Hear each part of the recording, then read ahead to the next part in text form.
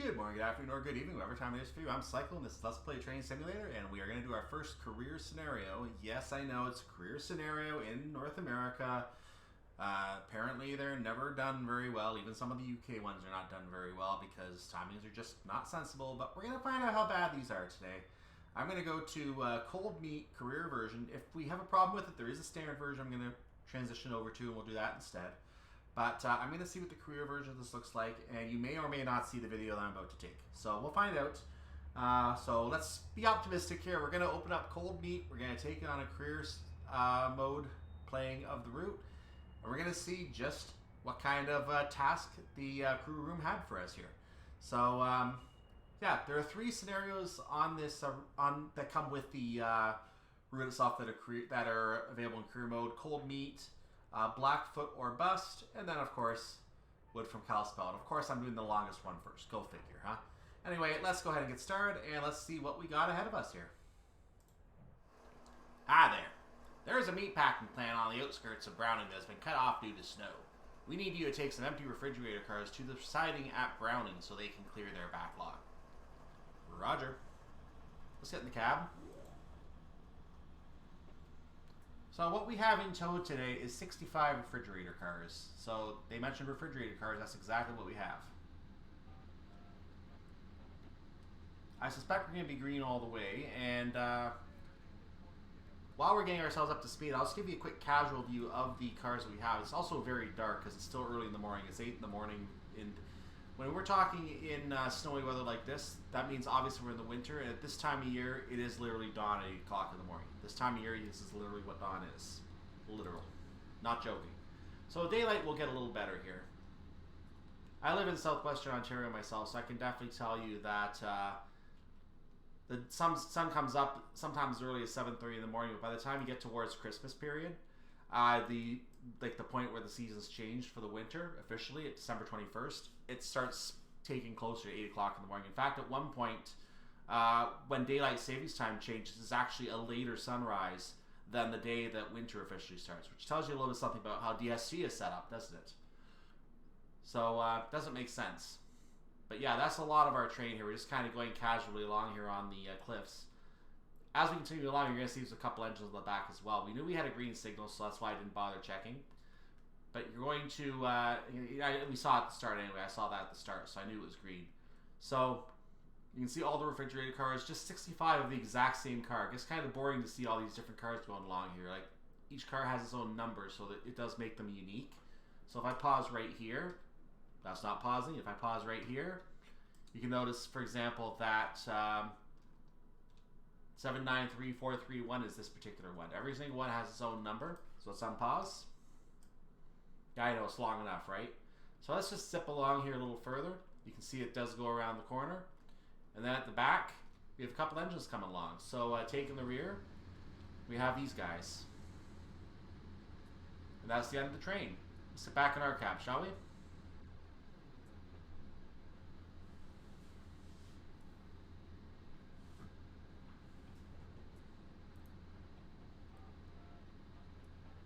So we are entering into a 30-mile-per-hour speed restriction here. We are going to have to stay at 25 until we fully pass the sign because, you know, that's how the railroad works. If you have 150 cars, you have to wait until car number 150 gets passed. If your speed limit goes back down during that time, sucks to be you. And I would not be surprised to see trains with 150 cars in North America. That train passing us, by the way, I never got a good look at it because I was showing you the train. So let's go to where we are. We're up here. We're going in that direction. It's going in the other direction. That train is number T200. There you go.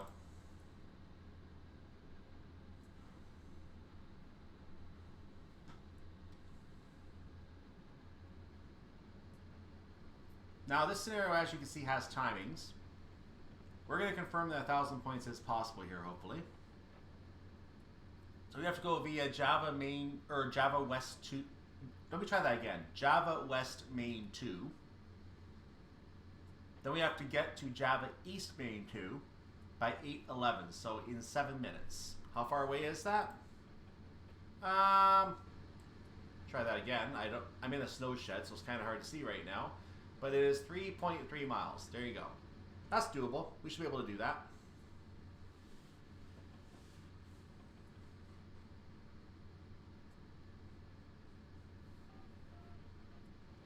cut off our throttle a little bit here. I might have to cut it off completely. We're going to find out.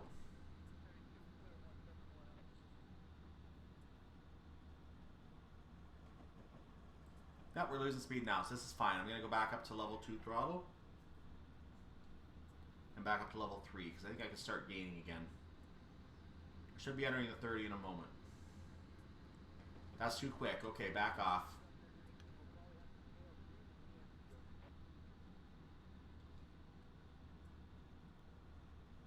I'm maneuvering that throttle to try to stay in the 25 area because I don't want to gain or lose too much speed at a time here. We are now in the 30, however, so we are able to speed up just a little bit more, but then we're going to have to manage our throttle. Eventually, we're going to hit an uphill gradient. We're not going to be able to maintain our speed because you know these mountains, you can't maintain your speed on these gradients. At that point, we're just going to keep it 100% throttle and go. But until then, we have to manage our speed. Eventually on the summit, we're going to have a downhill we have to contend with. We're going to probably want to power through that downhill.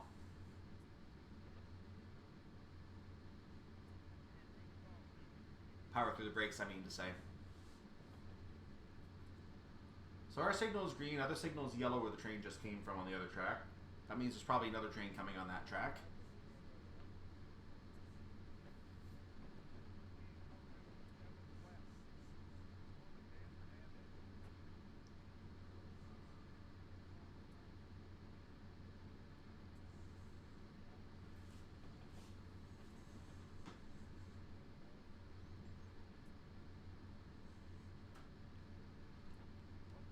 Add a little more throttle here, try to get ourselves up towards 30, because we are going to be losing speed soon enough. And we are on the gradient now, so I'm trying to gain as much speed as I can. This is a 0.8% gradient. It is enough to cause problems for us.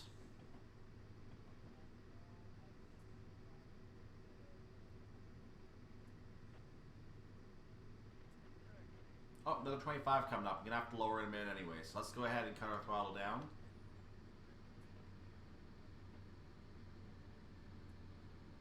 I'm going to let the gradient do the work here.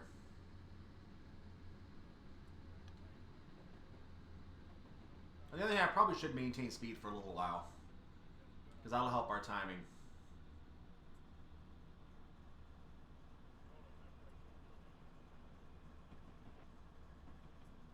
Too late now, we're down to 25 already, so let's go ahead and put the power back up.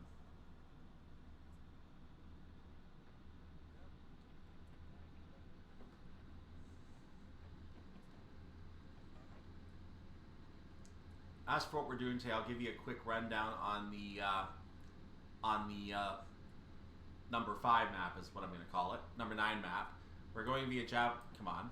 We're going up to here. We're going to continue to east. Then we're going to go to Blacktail. We're going to reach the summit, which I believe is our goal for the second timetable stop, or go via. Then we're going to get to Bison, continue via Bison to the east, on to Grizzly, Spotted Robe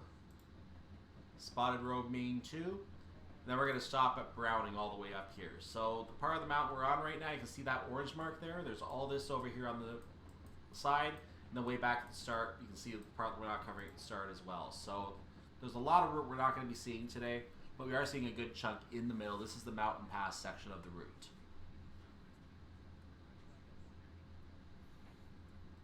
We're now on a 1.0 gradient.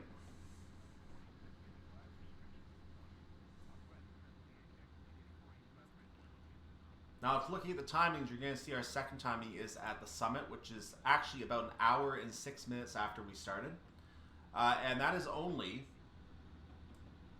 over there, 15 miles away. Meanwhile, the end of the route is 42 miles away. As you can see, we're not expecting to go very fast on this first segment here. I didn't mean to do that. Because we're going to be getting that last 25, 30 miles. We're going to be getting that in less than half the time we're going to take it into the first stop. So we are going to definitely get slowed down here on this first part of the journey. Back in the cab.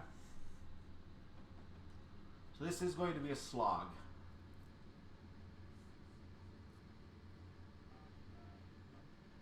So we are now at Java West Main 2. We're just approaching that right now. You're going to notice we get the check mark there for completing that part of the mission. We have a green signal. We now have a mile to go until we reach Java East Main 2. And this might be a little tight in terms of timing. I already did a trial run on this route, taking us at least through that, and I was able to make that timing, so this is doable. I just hope I didn't cut speed too early in that 30 section and that we pay for it that way. Technically, we should have to the end of the minute for 8:11, but our arrival time should be 8:11:13. We're ETA for later than that right now, but it is coming back.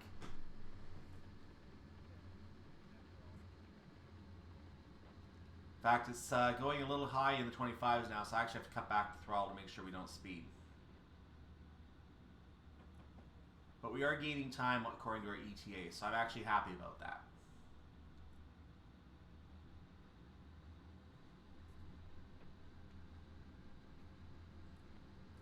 We're on apparently a 0 gradient right now, so that's why I suddenly started gaining speed for a moment there.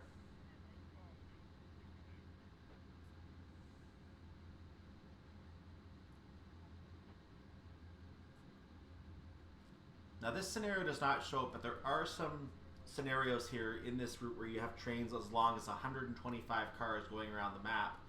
And the longest train you get is actually in a co-op scenario, which does not... I have not actually tested to see whether that works. You may have noticed earlier it was not on the menu. But you can convert that to a standard scenario, and I don't know it yet because I have not tried. It's a long scenario if it even works properly, but I have not tried to see whether you can actually take that scenario and do the entire scenario in one sitting, or if you actually get cut off after 2 hours. Because the co-op mode is not currently available in the game, I have sent a message to someone who I've been talking to within Dovetail Games to say, you know what, you need to make this scenario operate properly in the game, so that you now have, because you currently made it so that scenario cannot be played. And you need to make that scenario operate properly. So hopefully that scenario does get changed. We are on a 1.8 gradient now. I'm going to go ahead and power that throttle up while I still have some of the train on the flat ground. But as you can see, I'm going to start having trouble immediately trying to reach my points. I'm going to be a few seconds late for Java East Main 2, but I should be okay. You saw our signal saying it was a red over green. That means we're taking the junction track. Moving over to the right track here as you would travel in America. Timeliness bonus, we got our full points.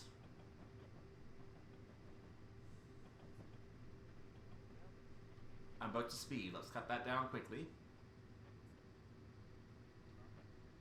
What? No. Let's cut it back for a second. There we go.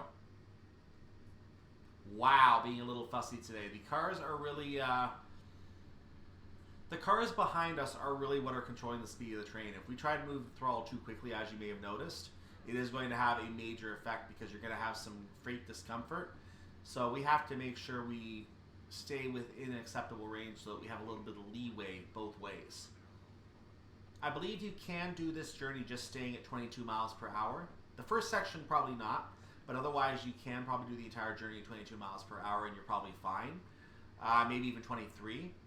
So I'm going to make a goal to stay within 23 to 25 range, and that should do the job on this uphill. But we're going to be losing speed on this uphill very, very quickly. Because as you can see, we're now on a 1.9 gradient and losing speed. So I'm going to go to 100% throttle for a while. Yeah, we are heavily losing speed at this point. I'm hoping we do not lose too much speed at the beginning there on that little stretch where I was about to speed. Because now I'm going at 100% throttle and I'm gaining nothing. So this is not working very speedily at all. Java East Main 2 is the start of the heavy mountainous area. Conversely, if you're coming from the other direction, that means the downhill is going to be eased off a bit.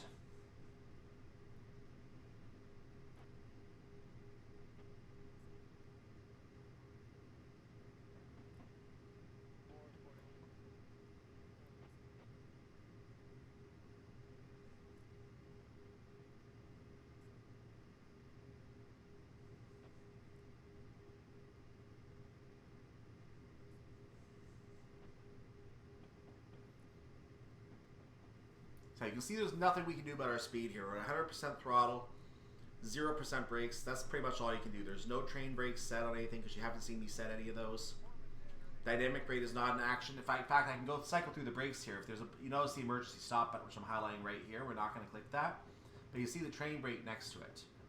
We're going to click on that to local brake. There's no brake. Dynamic brake. Oh, there is a dynamic brake. You know what? Let's just leave that. I did not know that was set, but we're going to leave that.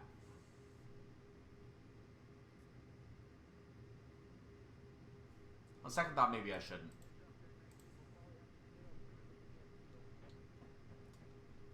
No, I can't change it. Okay. The buttons to change it are not working. So I'm going to just leave the dynamic brake as it is.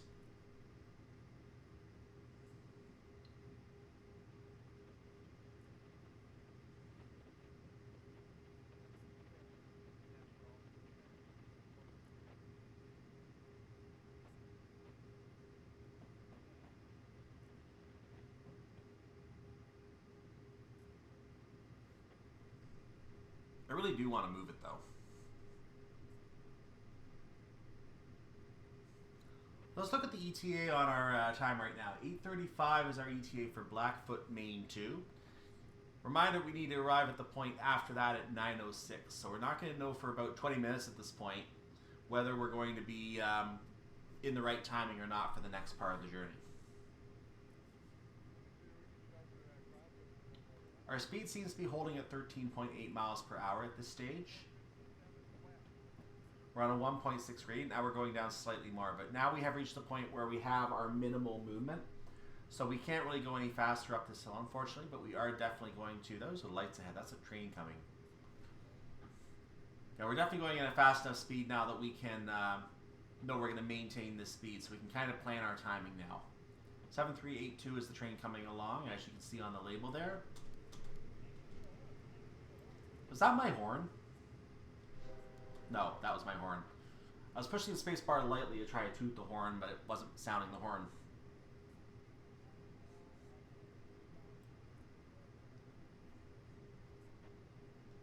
Now we are losing time on our ETA. Again, not much we can do about that. So 5 miles away is that, 12 miles away is that. We are going to be slow. Now again, if we're assuming that we're going to be there at 8:35 at the next point, 8:36 and slowly getting slower, so probably about 8:40 by the time we get there, we're going to be going to the next 7 miles for another 25 minutes. So this could be very, very dicey for timing.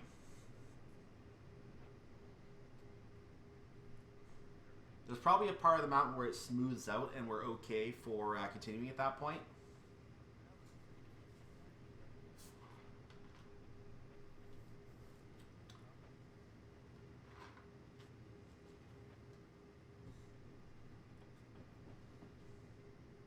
In fact, my speed just jumped up to 14, so we are getting a little bit of speed back right now on this 1.8, which was a 1.6 gradient, so we got a small amount of speed back. The mountain is going to keep changing gradient like this, so there are going to be points where we are gaining speed, but it is going to be uphill all the way. We're just going to keep this at 100% throttle and see what happens.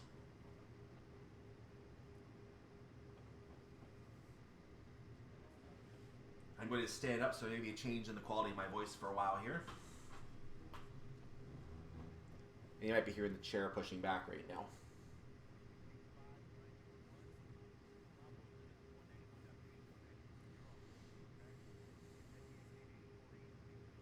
The reason I wanted to warn you of the possible quality change in my voice is because the microphone is actually in a position to my left of my computer screen on a higher area, which is why sometimes because I'm sitting down, it might be a little quieter. That's because the microphone is where it is. For the way my desk is set up, it is the best spot for the microphone to be to pick up my voice clearly. Plus, that's where the computer is located, on the left side of my desk. So I have to put it on the left.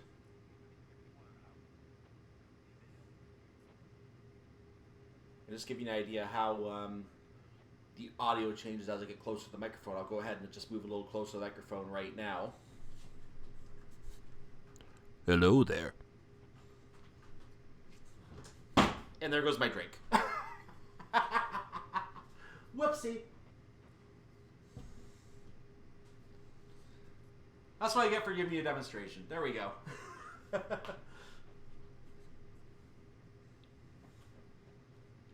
Fortunately, it was not a glass, it was a bottle, so the drink survived. It was closed.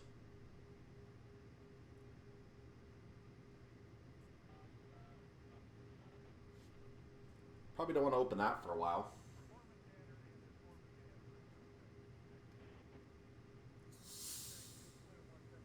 Slow enough it didn't cause a problem. We're good.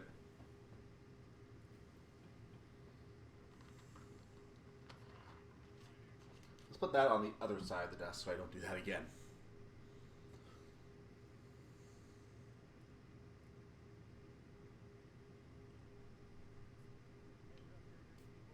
Yeah, I decided to actually re-record this scenario. This is my second time playing this. I'm going to be frank and say that right now.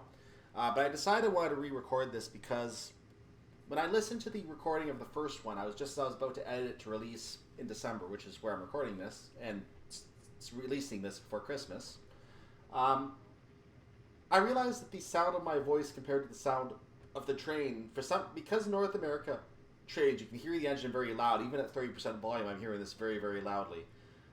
Because North American trains naturally have a lot more noise coming in the window, it makes it harder for you to, harder for my voice at the quality level that I had my voice to be heard over the engine. You hear me very, very faintly, but if there's no engine, you hear me perfectly fine.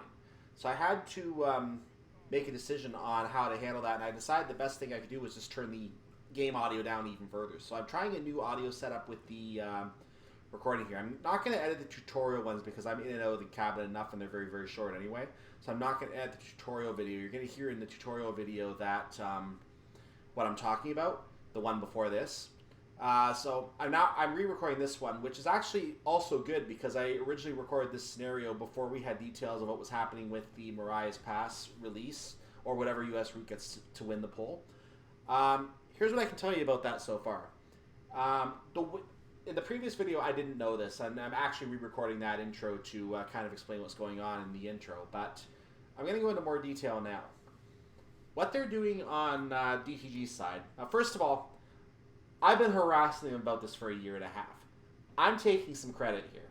I've been harassing DTG for a year and a half, 18, 19 months, saying you know what, you need to get BNSF back out. Look at all this stuff in the workshop. You have to have Mariah's Pass to do this. You have to have Steven's Pass to do this. You have to have both to do this item.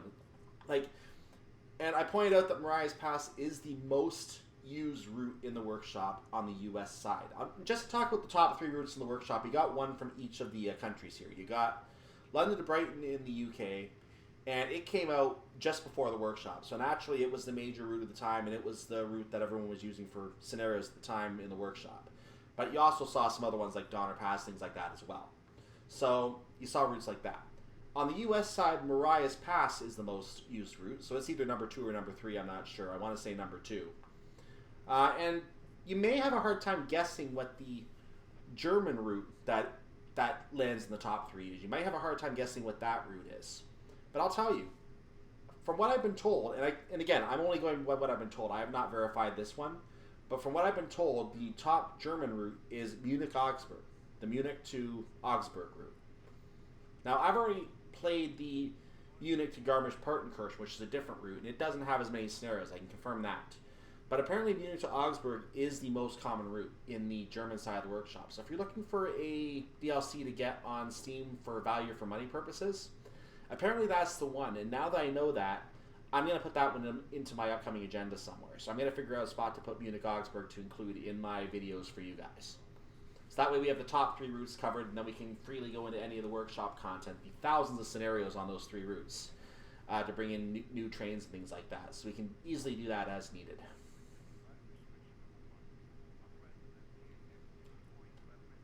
I also can tell you that I believe because of my role in getting this content back to you guys. Again, I'm not the only person. I can't make the decision. I don't go to BNSF and ask them to sign paperwork for DTG. I don't pay for the license or anything like that. So that's all DTG. But I believe because I was able to give them, among what I already said here, some other points to consider. Our speed going back up to 14.3. I was able to give them some points, and there were already people on the forums congratulating me for my role in this, which I found kind of funny, that people were congratulating me. I'm like, no, it's not a win for me. It's a win for all you guys. You know, it's not me that did this by myself. It's the people at DTG that had to make the decision. So I'm glad they made the decision. But I actually did manage to get access to... I'm not going to go into detail as to how many, but I did get access to some of the stuff that is going to be that is BNSF content that I've been basically unable to get my hands on for a year and a half while unable to use.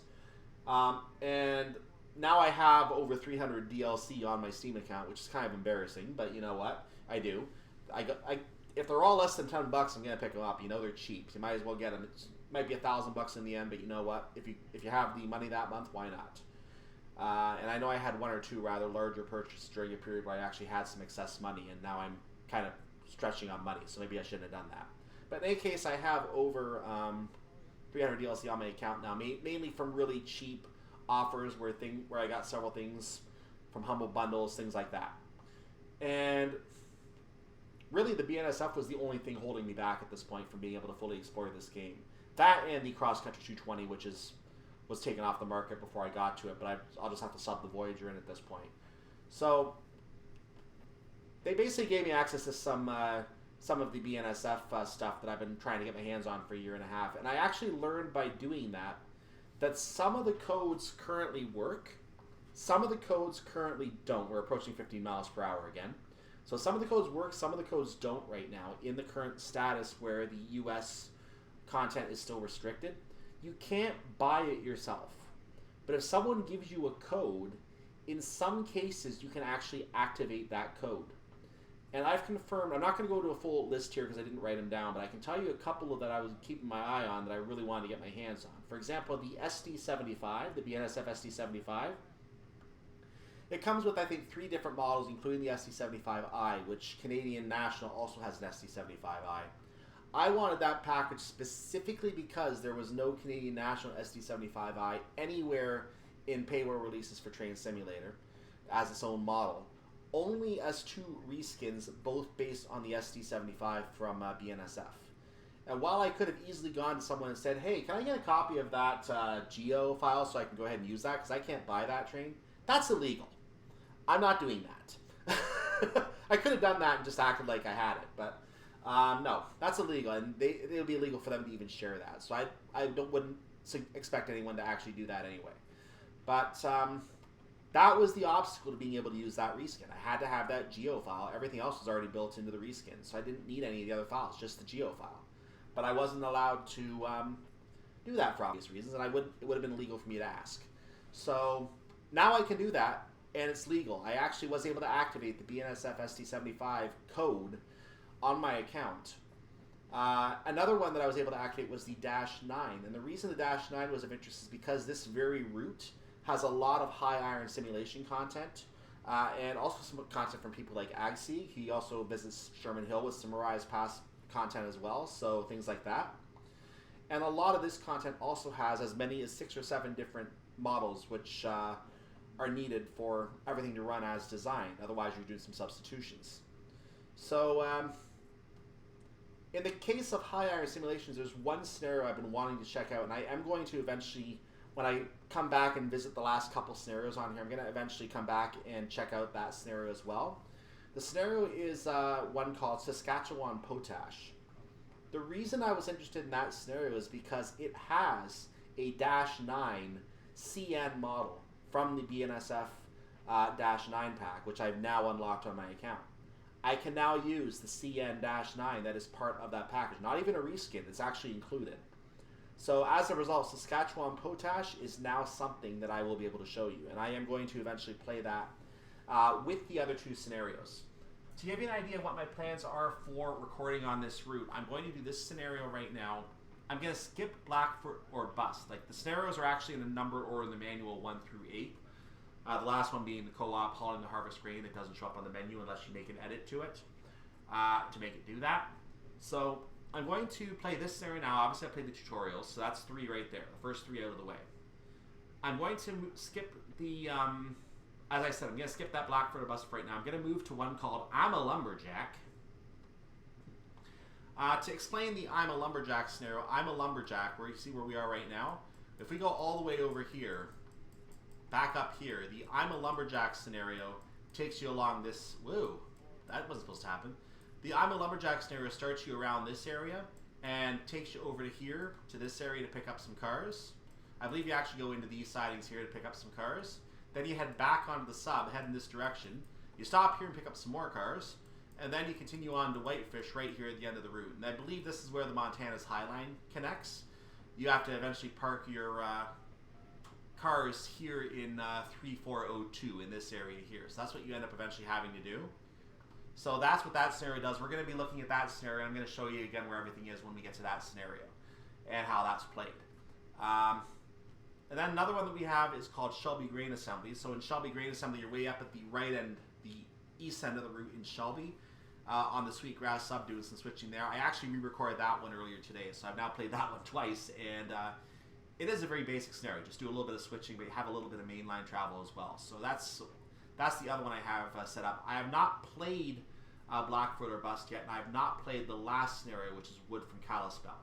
Those are the two scenarios I'm not going to play right now. And the reason I'm not playing them right now is because we are close to the holidays with this route coming out around the holidays.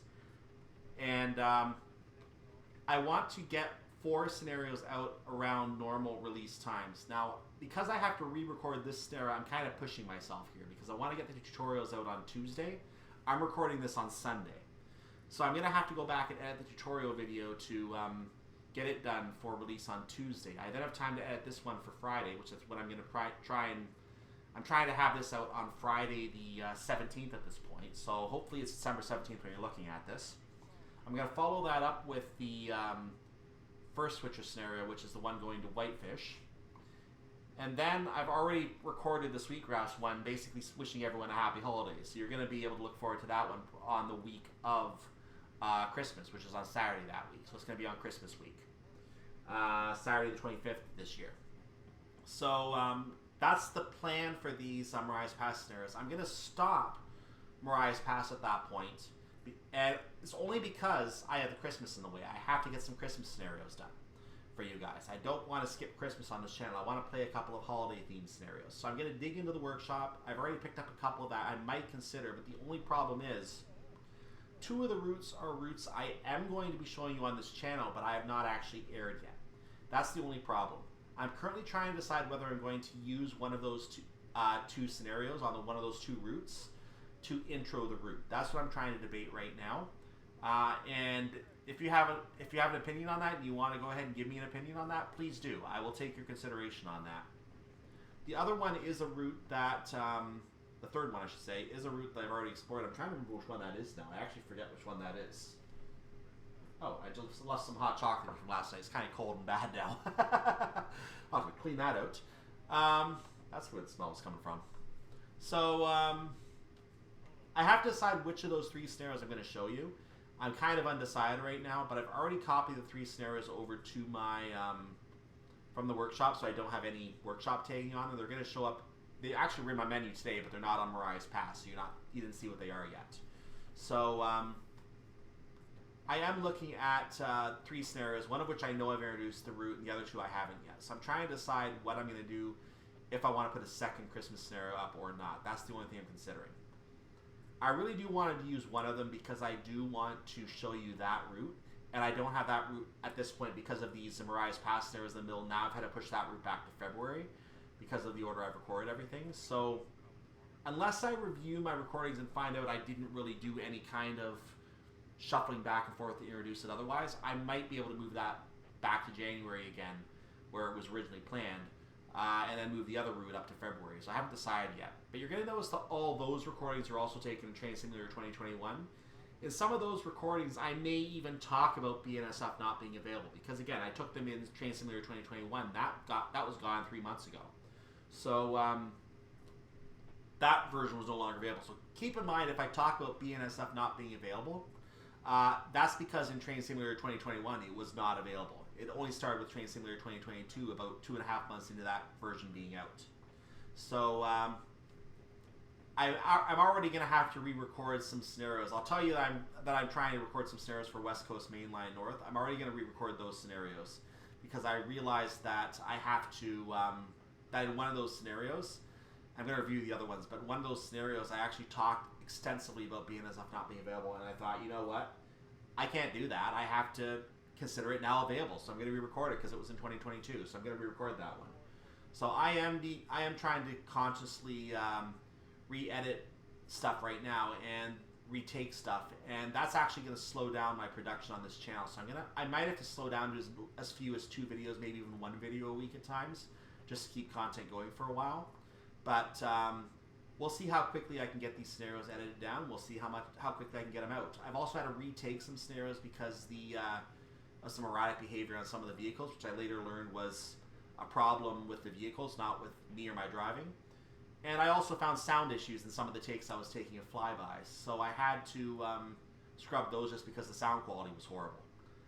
The good news is I now have the problems with my sound fixed. The complication was actually something called McAfee Web Defender, or Web Advisor, McAfee Web Advisor, sorry. And that was actually causing problems in Google Chrome, causing problems in my computer operation to start having pops and fuzz and that on my computer. I can now say this computer has been running for weeks with no problems, and I've basically been doing that to test whether the problem recurs. I'm hearing no problems in the audio today. The problem is completely, utterly fixed. I've even been checking videos and things like that too, and everything seems to be working just fine. So I'm going to assume that my problem is fixed. I don't have any problems with this anymore. I'm just more comfortable watching Twitch in the other room now, so I'm not really checking Twitch on this computer anymore. There you go.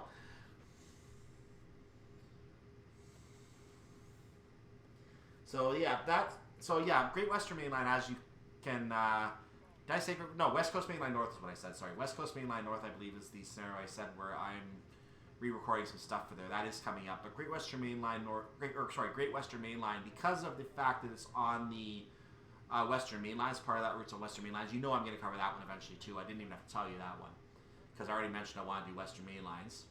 But West Coast Main Line North is not in that segment. It's completely separate. But it is an older route. It has so much content on it itself that it would be remiss for me not to include that because I have a lot of things saved for that I can use. So you are going to see that route at some point as well.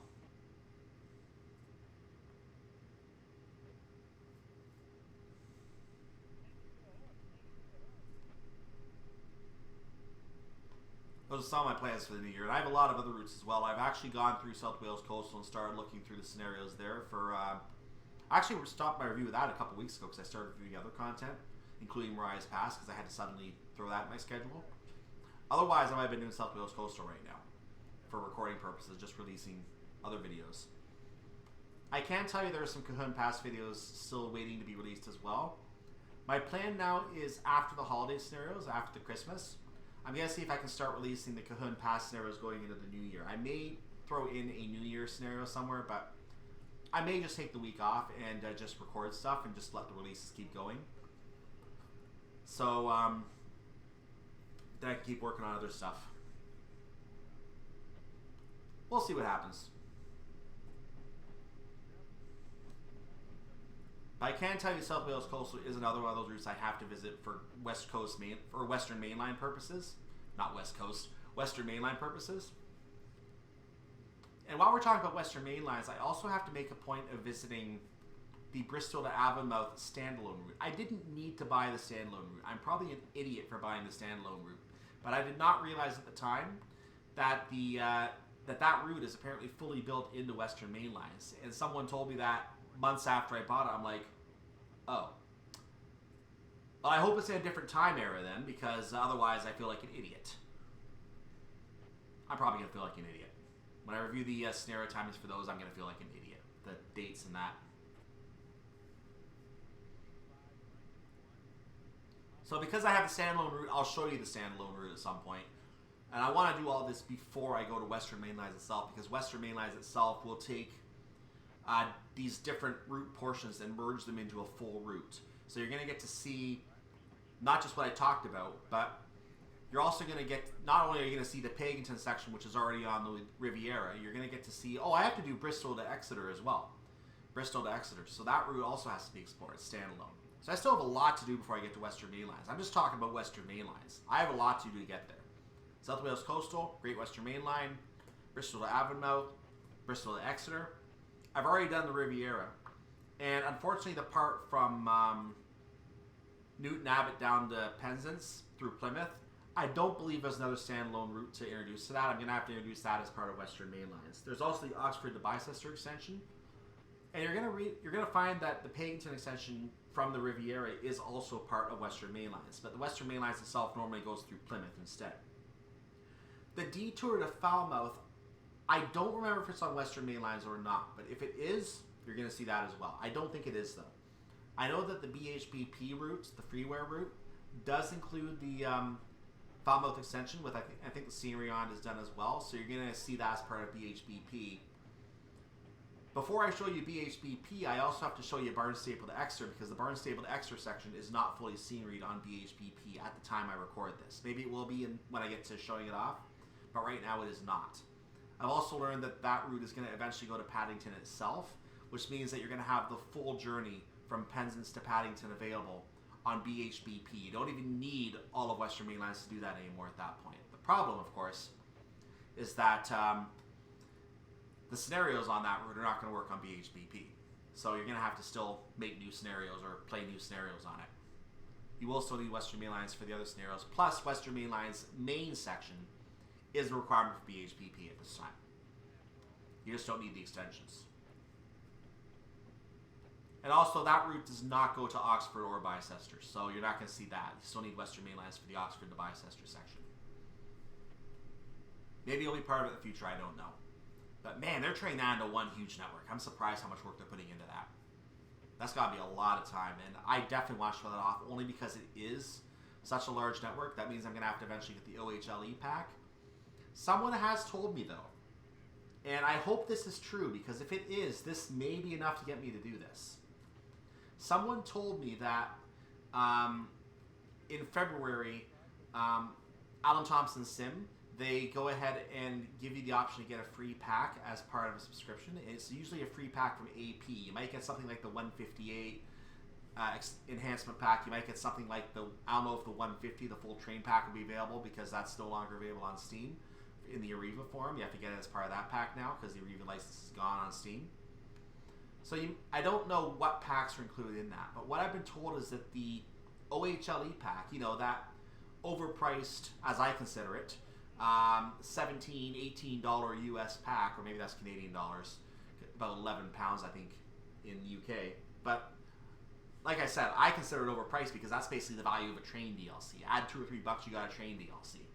So I can get trains for about the same price, slightly more, and that's the price of the OHLE pack. But I'm told that Alan Thompson Sim, in their massive £32 subscription cost, which to get alone is about $50 for me, that in February you can actually apparently get the OHLE pack with that. Considering that, if that is true, that might get me to bite on the subscription. Then I can look into some of the Alan Thompson Sim stuff for you as well. Right now, there's not a chance. I'm not going to show you the Cambridge route. I'm not going to show you the Chat Moss route. I'm not going to show you any of that right now. But if what my contact tells me is true, someone on Discord tells me is true, and if that OHLE pack is part of the subscription at some point, that might get me to subscribe even if Missing Link is not done within the year following it. Now, granted, I do want the full Missing Link route, and I'm hoping that Missing Link does get completed within that year. I'm going to be praying at this point that it gets completed within that year, as we're about to pass train 7362 here. So, there we go. So I'm just going to have to see at this point if that deal shows up, and I'm going to have to pray that Missing Link completes within the year because I want to see the whole Missing Link route. There's also the East Coast Mainline merge, which I'm not really excited about. It crashes PCs. I'm not going to try to do that in the near future. Plus, I have to show off all the parts of East Coast Mainline first, which includes a couple of DPS sections. I also want to show off Northeast England, which is on DPS as well. That's a freeware route. It's not on Steam. It's freeware.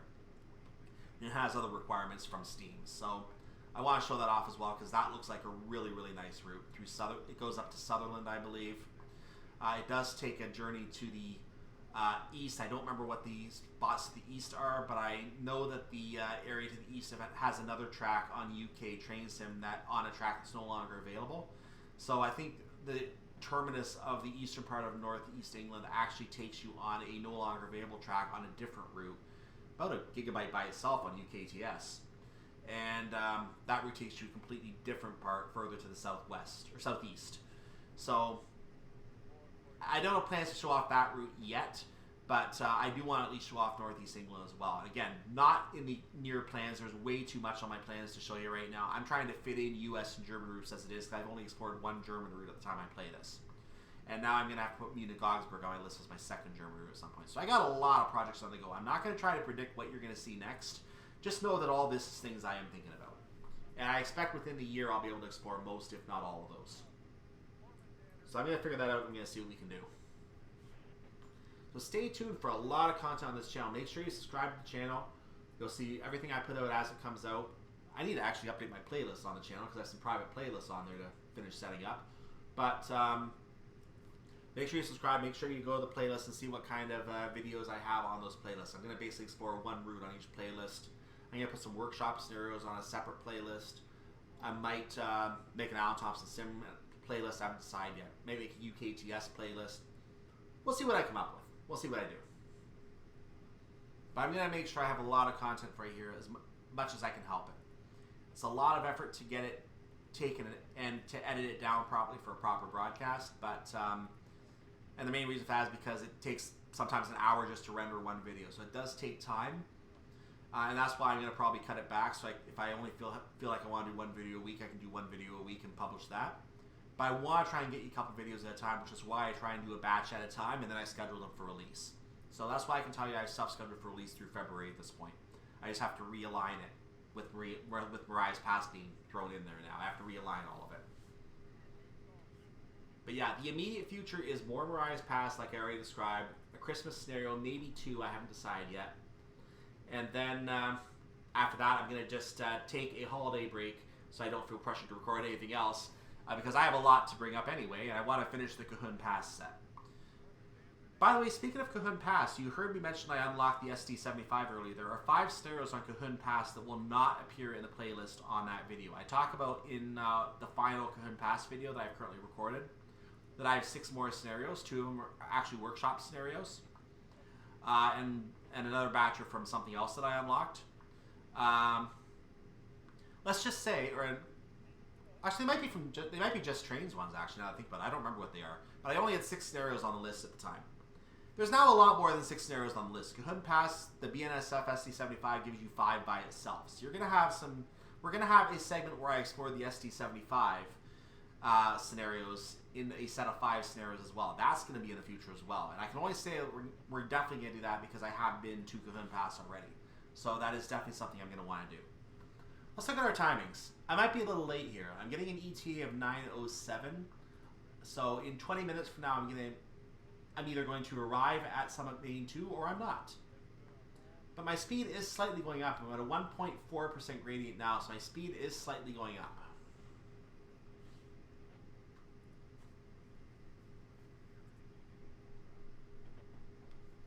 Let's take a moment to pop out of the train, just take a look at the scenery here. So that's our train, just to show you that is number 7243.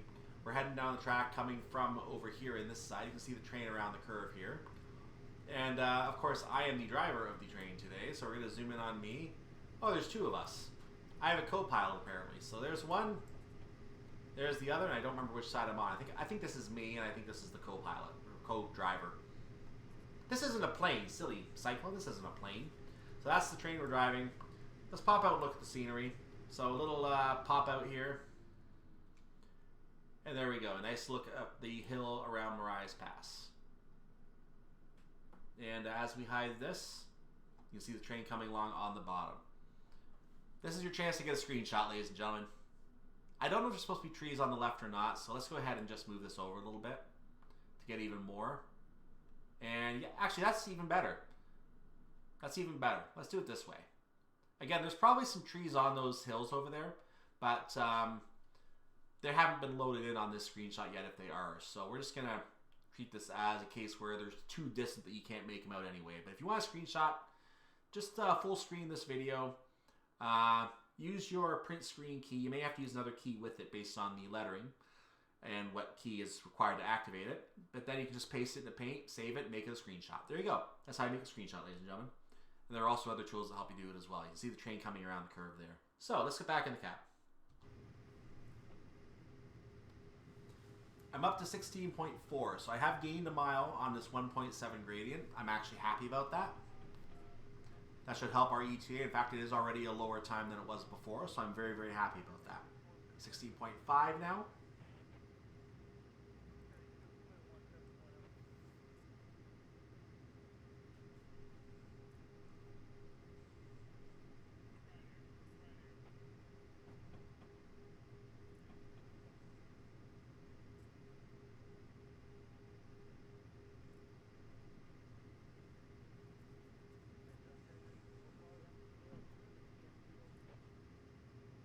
Then tail through the TMT. You do that all the time.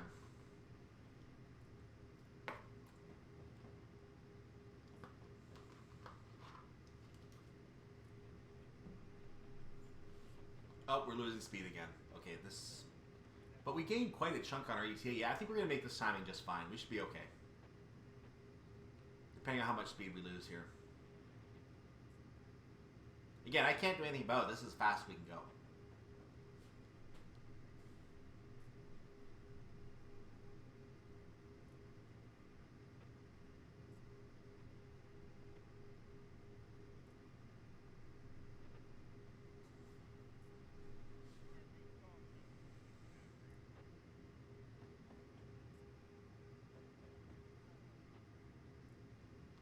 Now we're back under 16. Darn it.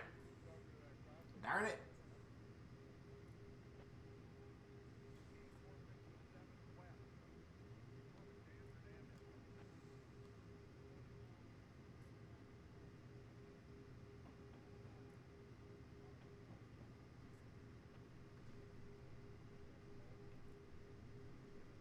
Well, it's still better than 13.8, I'll say that.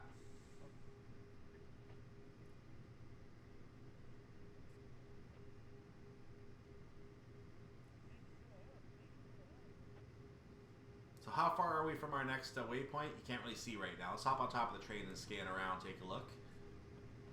It is all the way over there. So we're going to be taking a hard right over here into this direction. 4 miles away is our Summit Main 2 waypoint. Now, if you want to do the calculations, 15 miles an hour, that means you're going 1 mile every 4 minutes. So if you do the math, that means we're going to take a little over 16 minutes at this point. So yeah, 9:07 is indeed an appropriate estimate. Which means I'm going to be slightly late if that keeps up. I'm actually losing speed on my ETA again, so we're going to see if we get a bit of a faster stretch near the top again.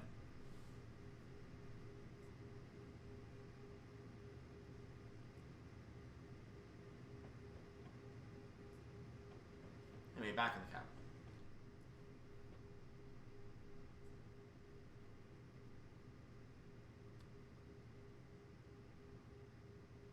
I mentioned that I want to explore the West Coast Main Line north at some point. There actually is another route I want to put on the channel for West Coast Main Line over Shap. And I mentioned ATS, Alan Thompson Sim earlier. They also have, I kind of alluded to a route called the Missing Link, which picks up where West Coast Main Line South ends and continues on to the West Coast Main Line over Shap origin of Preston. So it actually takes that route. There's even a freeway route that takes the northern lines from Preston to the west of that, which is kind of nice as well. But what's interesting is that Missing Link was I think originally created based around the fact that there was already a route that covered the West Coast Main Line South, a freeway route before DTG ever got to it.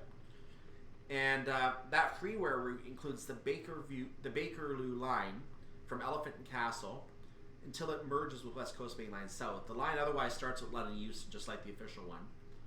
And it continues to Birmingham exactly the same. But it also has the Northampton section, which the official route does not have. So I find it interesting that this route came first, and then the official route came along, which gave less content as payware, so I found that very, very interesting. And I'm not bashing DTG in any way for that. I don't mean to bash them at all. I mean, I just helped talk them into getting BNSF out for you, so I'm not bashing them at all. I'm happy they made that decision. But I find it kind of interesting that they released a route with less mileage on it than the other one that is available for free. So people can easily, if people who are aware of the third-party content can easily look at the other one and say, you know what, why would I pay for that? I can just get it for free. So I don't question anyone who has that thought, but also keep in mind that the free route has a number of other requirements in order to run it.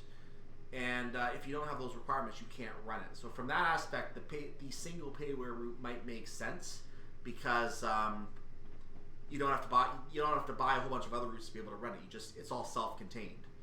That's really the problem I have with routes like Chatmoss, where you have to get certain things to run them, and it's the only way you can play that route because the route isn't available anywhere else. But you know what? That's a different topic I'm not going to get into. Apparently, there are people really divided on that discussion, and not something I'm going to get into. But it's just an example of something where you see, those are just two examples of something where you have a lot of content required just to play the route, and you have to go to all the trouble. And it's the same with the Dutch routes, the Netherlands as well. If you want to go from Rotterdam to Amsterdam, you're going to have to get about 80 freeware items, some of which may not even be around anymore, just to be able to use that route properly. So if I ever get to doing those kind of routes, I'm going to probably be in the Sim Together Discord saying, "Help! Where's everything?" Just to make sure I got everything.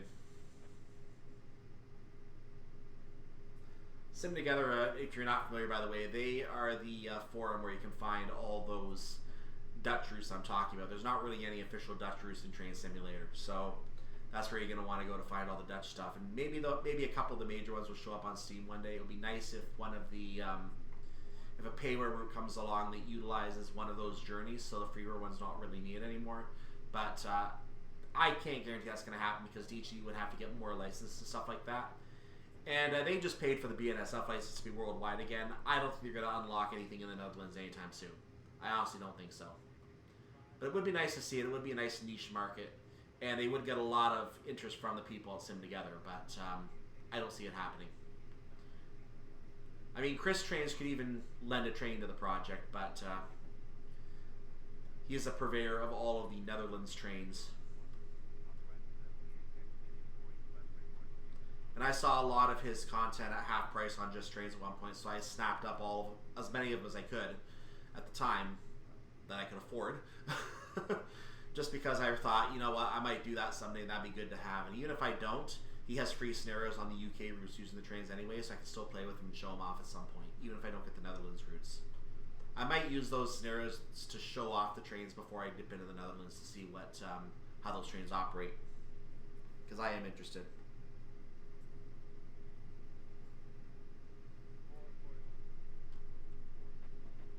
Speaking of Just Trains, I did also pick up the, I don't know if I talked about this on another video or not, I did pick up the Metropolitan line. The Metropolitan line is a super expensive line. And I'm going to be honest with you, if I can be critical of Just Trains for a moment here, I think the S7 should have been included with the Metropolitan line. That or the S8, one or the other. They should have included it with the Metropolitan line because I don't mean this to bash on Just Trains, because they do have some good content of late. Some of their stuff of late is really, really good, and reviewed very well in the Discord server that I'm in. It's reviewed very well by some people there, especially Midland Mainline. People really like that 38-mile route that costs more in some ways than some other routes that you can get on Steam. Pay for quality, I guess. But they really should include a train with the route. In the case of the Metropolitan line, they could have done that, because the Metropolitan line at retail price is $44.99 in US dollars. I want to say pounds, but that's wrong. They have a US dollars, so $44.99 US dollars and cents. Now I'm in Canada, so I see Canadian pricing, but Canadian pricing is a higher price than American pricing. And on Steam, I can get any route except for Metropolitan line for no higher than $45.49, and it always tends to include a train.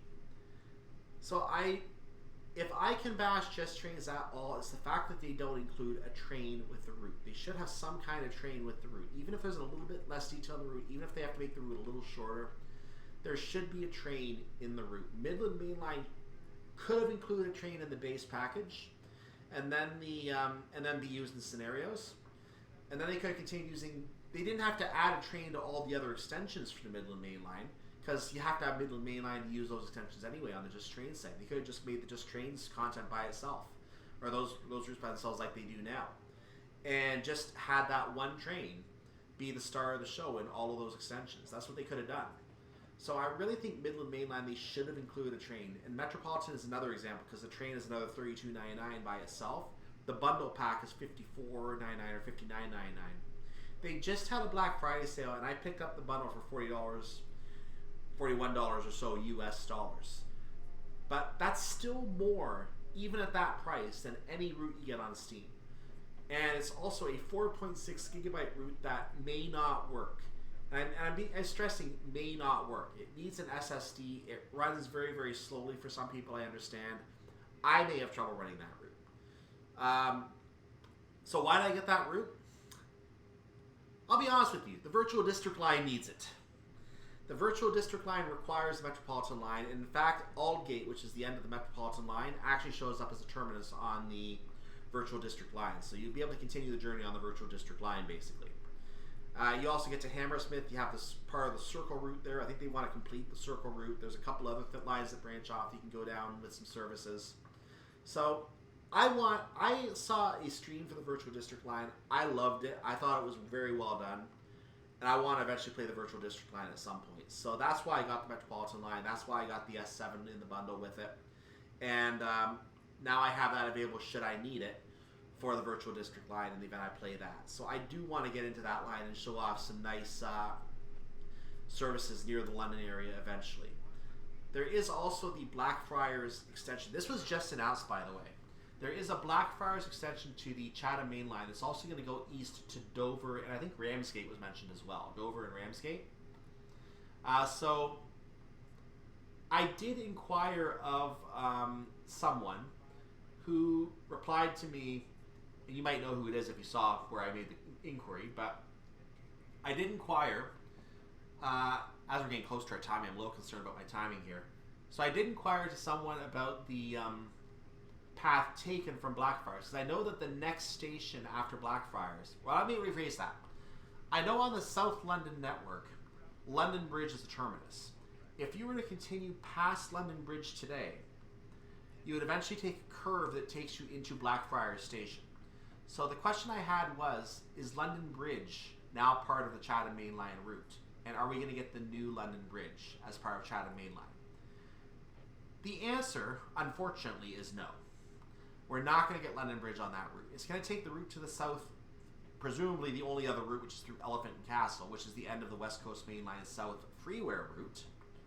It's going to connect to the Chatham Main Line through that little connector, which would actually take you on the grounds of the South London Network route for a moment there, as you continue on the Chatham Main Line. So it actually takes some of the South London Network route, and eventually will just continue as it always did. So you're only going to have that small extension there on the west.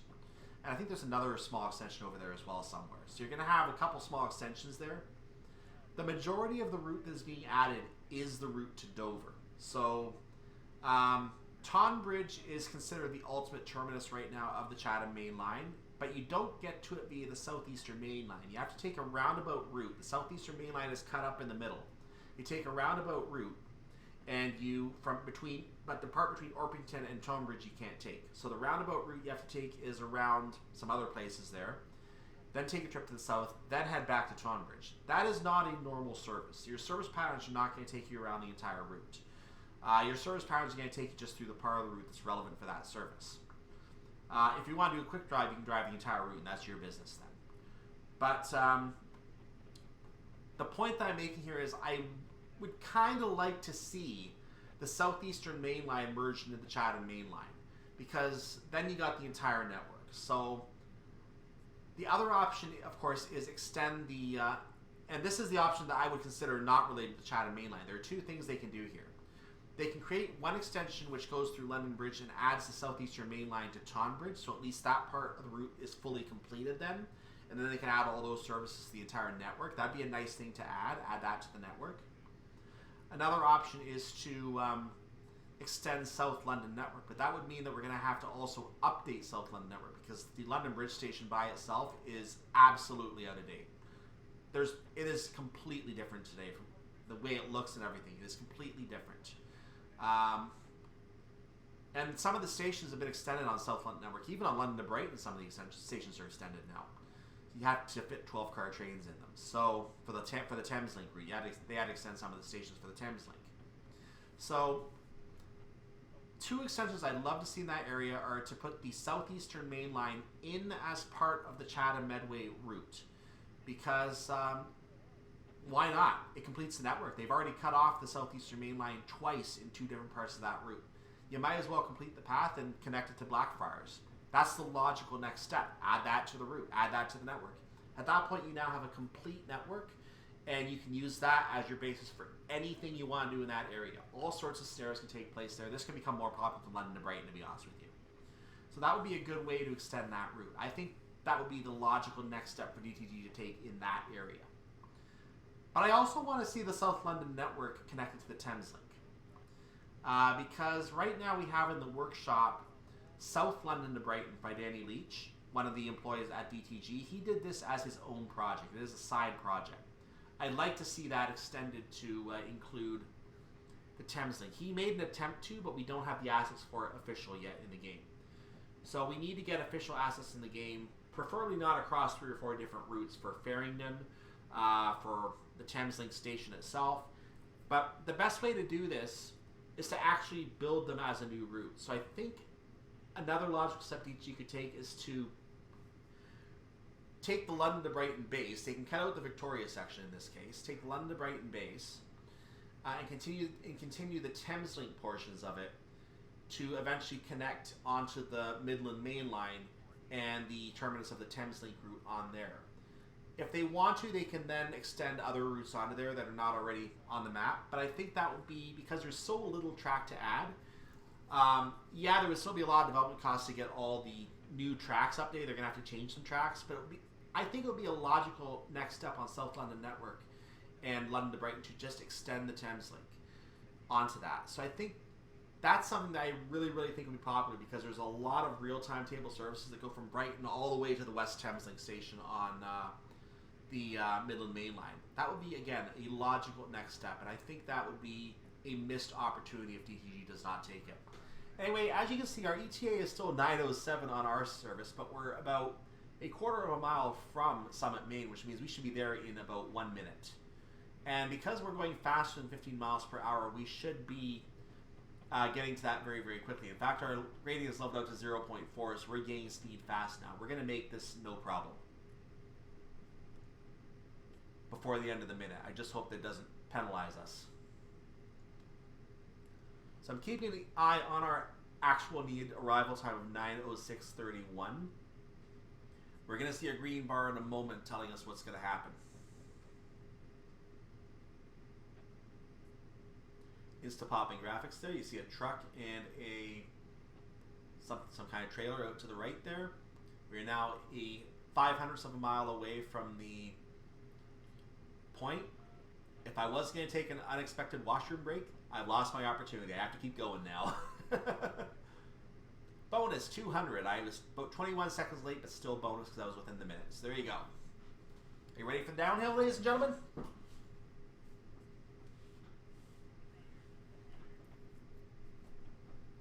Time to start cutting back my throttle.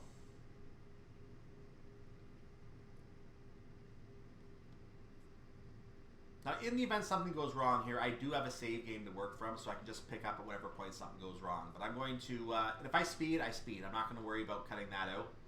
I don't have to get 1,000 points on this.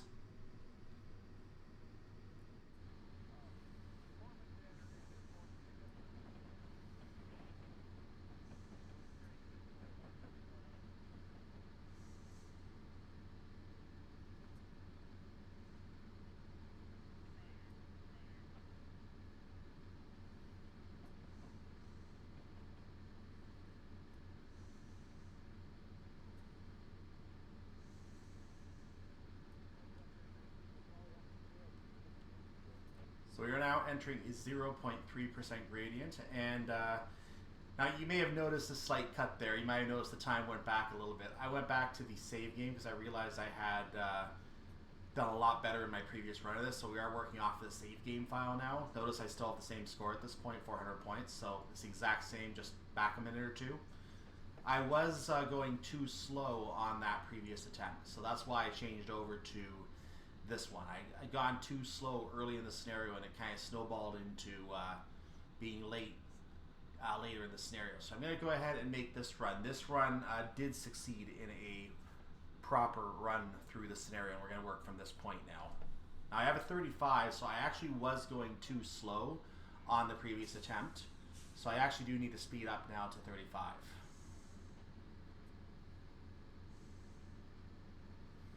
So we're going to go ahead and actually, I'll take advantage of the throttle to get speed up a little bit because we're not on too heavy of a gradient yet, but I am going to want to shut down the engine when we cross 30 miles per hour.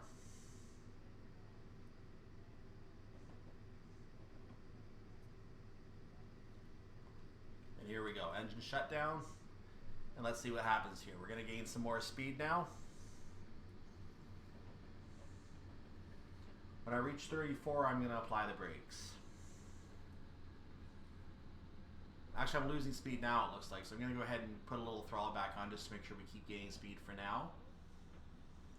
Looks like the effect of the train, of the slowdown on the engine, eventually it went back to the cars. By the time it reached the end of the train, the cars at the back of the train, when they got their slowdown, it pulled the entire train back, so there was nothing behind them at that point. So it actually cut our speed very briefly for a moment, you might have noticed.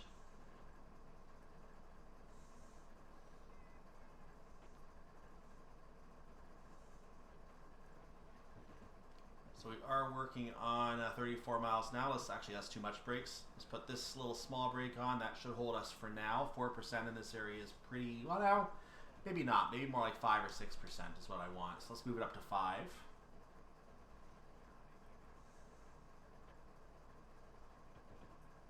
Nope, I was still gaining. Let's bump it up to 7 just so we can make sure we lose a little speed here.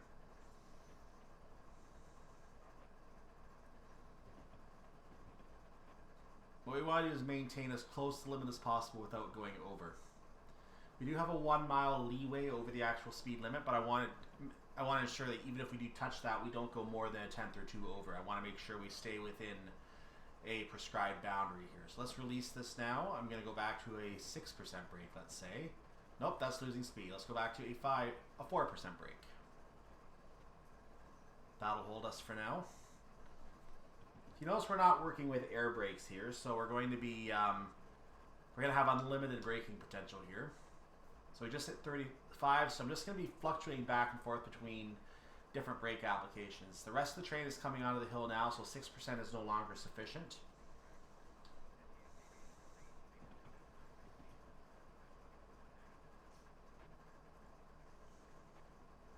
So I am temporarily holding at 35.2.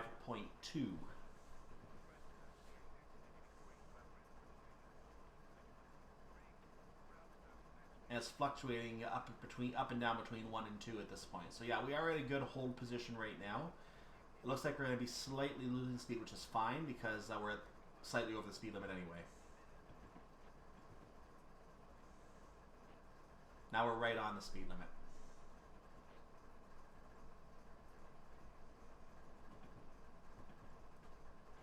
And we can lose a little bit, we should be fine. Because we're going to have a heavier gradient later on. I think there was a 1.1 gradient later. It might even get steeper than that. But right now we're on a 0.8, and we are holding very well on this. Just a very, very slight loss.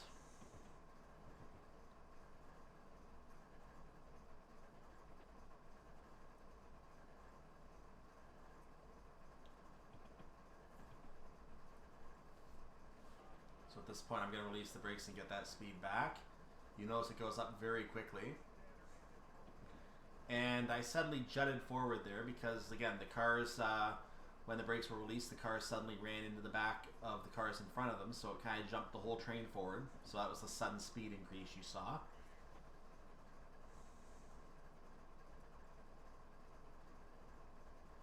The reason is because I had applied the brakes before the previous brake application had gone all the way to the end of the train, so it caused a little bit of a push forward there.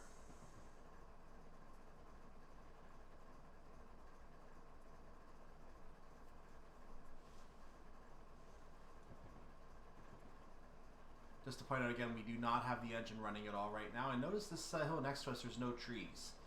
So I'm going to assume it's like this in real life as well. Some of the hilltops are like this.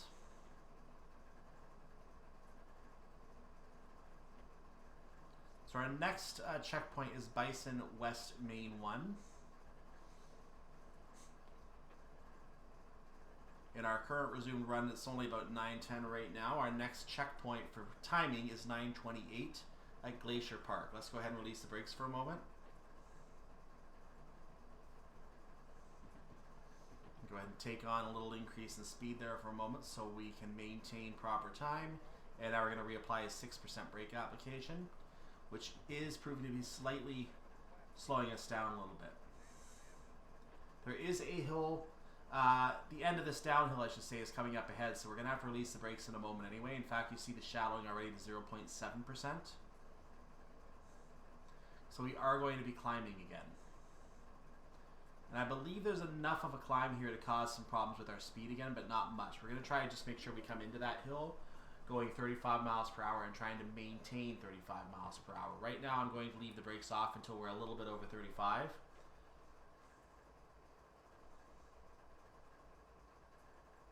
The gradient has shallowed out. I need to put a small brake application on to control our speed, but other than that, I'm going to... I'm watching that carefully, that's why I stopped talking. I'm just going to make sure I don't crack 36, because if I do, we get penalized. Okay, brakes are now slowing us down quite a bit. Let's do this. We are on a 0.8 uphill gradient now, but there is still more of the train on the downhill gradient, so we are still gaining speed. The middle of the train should soon be in the middle of the where it's shallowed out, and then we're going to have to go ahead and increase speed. I'm watching for the speed to actually start going down. We actually had an increase and a drop just there.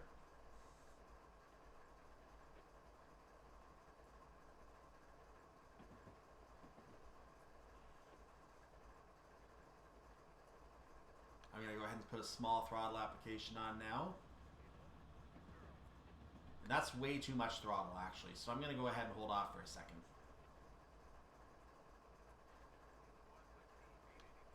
Okay, now we're down to 34, so I will put that throttle back on. And the train is doing its own things again. This is a problem with the old cars in this game as well. I've heard the Class 66 does the same thing, but it's to a much sharper extent. Because the Class 66, when old cars run into that, all of a sudden you jump forward 4 or 5 miles. It's like, okay, but get off my back, please. You shouldn't be doing that. So we're going to go ahead and increase the throttle to try to maintain speed on this hill. I now have 3/4 of my throttle applied. But we are losing speed at this point. So I'm going to actually jump it up to 100%. There is a downhill following, so I shouldn't be too worried about speed. It's a small enough segment that it's really not a huge concern.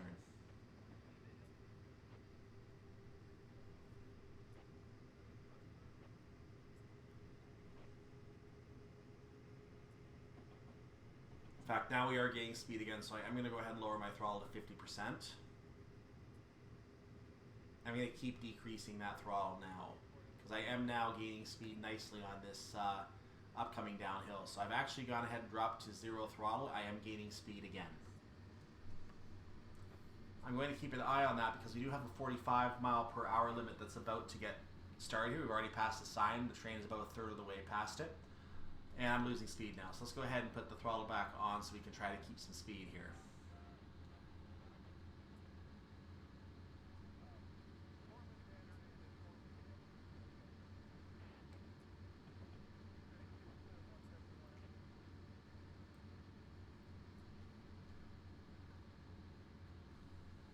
Now we're at 33.5, so I'm going to keep this throttle down to level 1 for the time being. I will reduce it to 0 in a moment. Part of our train is still going uphill, so I should be okay with the level 1 throttle for right now, but in a moment I'm going to have to take that down completely and apply brakes. In fact, now might be the time, because more of our train is now on the downhill. So here comes the brakes.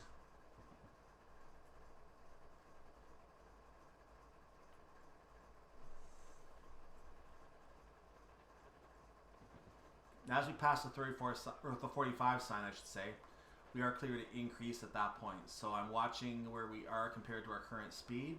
We actually are gaining right now, which is fine. But at this point, I think I can go ahead and release the brakes completely for a proper speed gain. Let's see if I estimated correctly.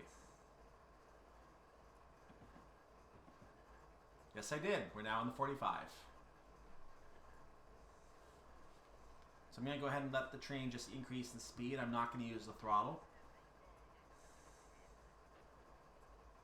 We're on a 1.0% gradient at this time.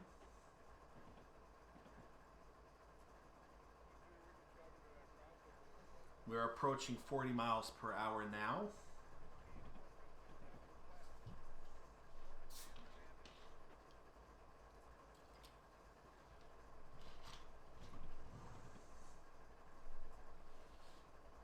Now I'll put a small brake application on just to control our increase. It is doing nothing, so I'm going to put a slightly larger one on. I'm just testing at this point what 4% does, and 4% does not do very much. So I'm going to have to increase just a little bit more, it looks like. Let's go to 6. I'm at 43.6 miles per hour right now, and if 6% brake starts lowering us, I know what we have to do. Oh, we're still increasing. That's okay. It's a very small increase, so I can tolerate that. Our gradient is also shallowing slightly. We're now on a 0.8 gradient on the engine. We're up at 44 miles per hour.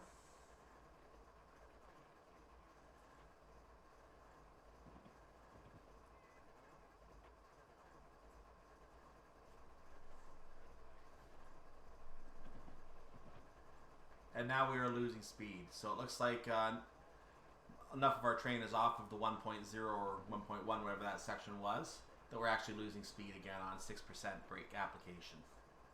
So we're holding at 44 and decreasing.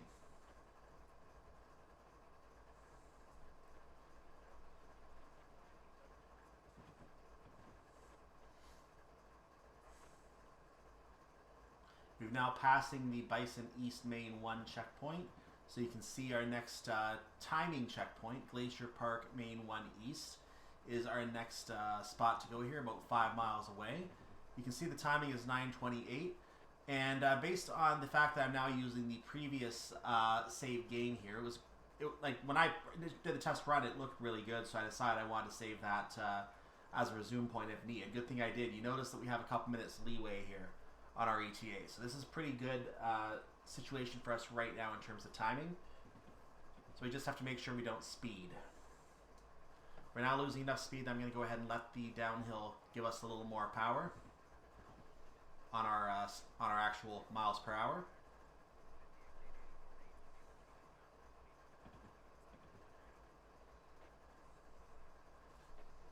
I'm going to try for a 5% application here. It worked.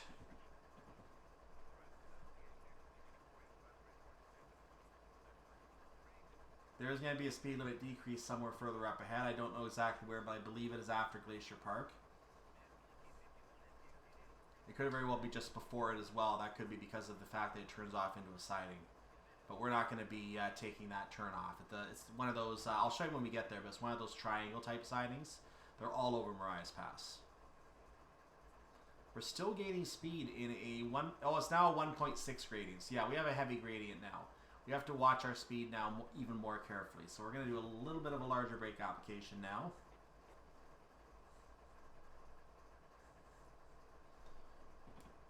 One more thing is I poke through the brake. I still have the dynamic brake on this. So the dynamic brake has not gone away.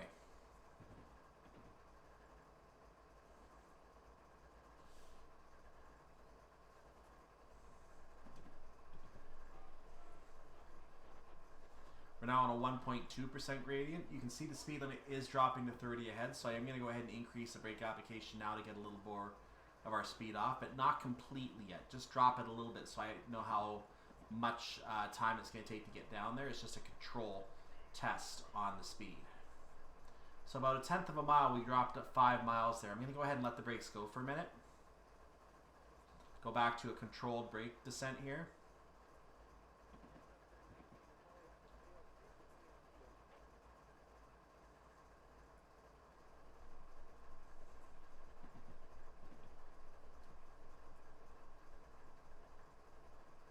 And now we're going to slow down a bit more because we do need to drop that speed now. So let's get it down now.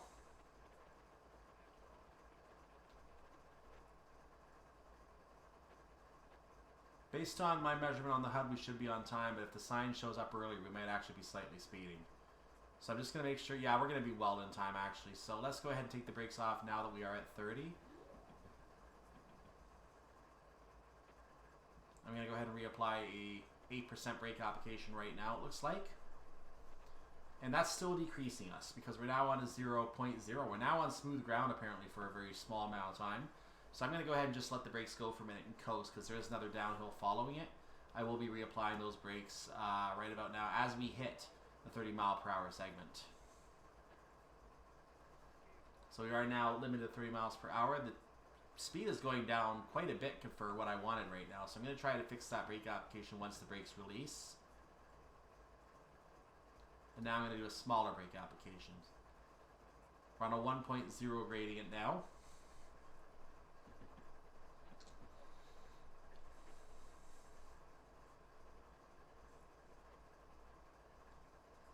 And this actually is causing a decrease. So yeah, 5% is actually a bit of a holding brake. Maybe 4% might be where we want to be. So we'll adjust in a minute here if we need to. But we're well on time, so we can maintain a little bit of slower speed here as we go.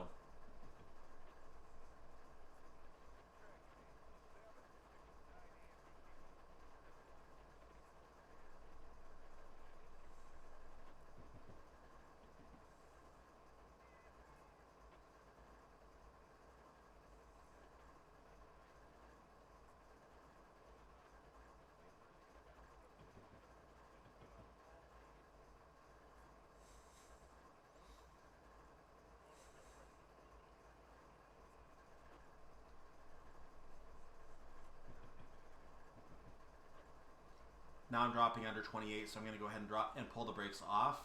We're still not fully into the 30, but of course 30 is our limit because as long as any part of your train is in that area, you have to go that speed at max. I mean, you don't have to necessarily go that speed, just the maximum speed. You can see there is a 40 coming up, so we're soon going to start crossing into that area.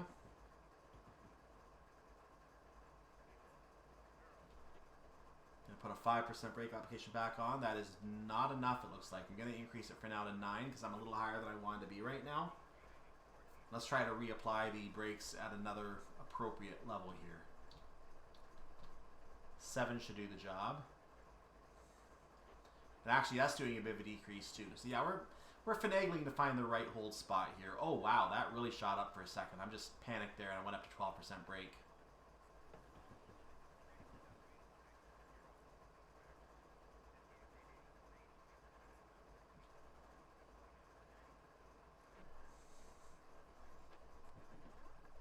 Okay, 5% brake now seems to be holding us, interestingly enough. All right. We do have an uphill coming up following the entry into the 40. The 40 appears to be on flat ground. So we're going to be approaching the 40 right now. We're going to enter that, then we're going to start climbing. So kind of an interesting predicament. We're not allowed to go 40 yet, but by the time, depending on how high this increase in the hill is, we might not have a way to get to 40 by the time we actually get on the hill. So we're going to find out as we go.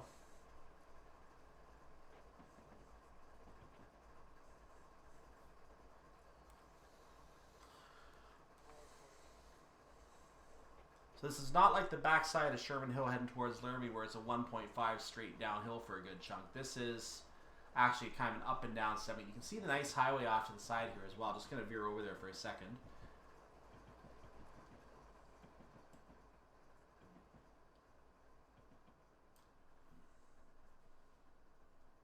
There's your screenshot.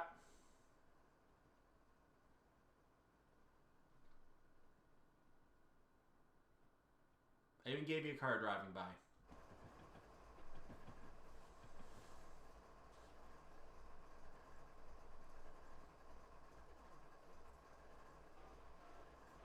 We're down under 28 again, so I'm going to pull, and we're actually entering the uphill, so I'm going to actually apply a small throttle application. We still have more, oh, that's too much. We still have more of our train on the downhill, but trying to figure out the right throttle application right now is a challenge. Oh, Oh, it's really increasing. Let's hold off there for a minute.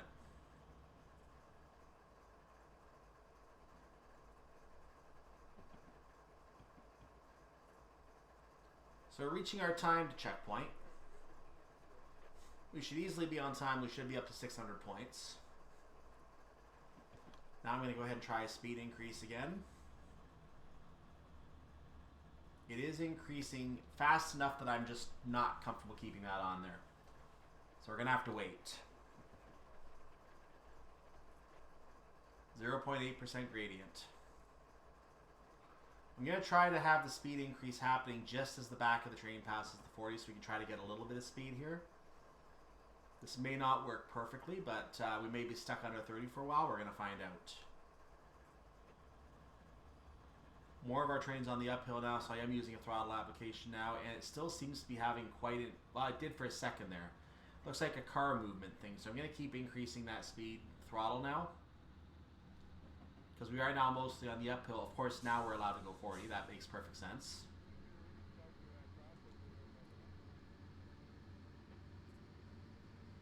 There's my timeless bonus. I panicked and thought it was a penalty for a second, but it's a timeless bonus to 200, so we're in good shape. We are now 1.11 miles from Grizzly, Maine 2.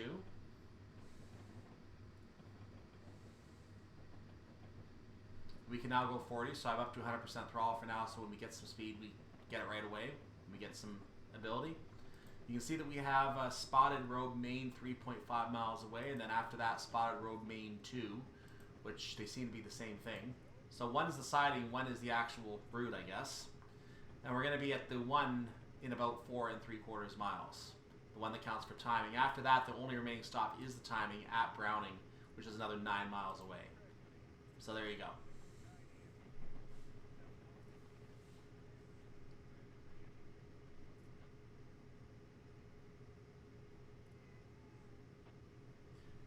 We are gaining a little bit of speed on this uphill. 0.7 does not completely stop you from gaining speed, but the speed increase is relatively slow.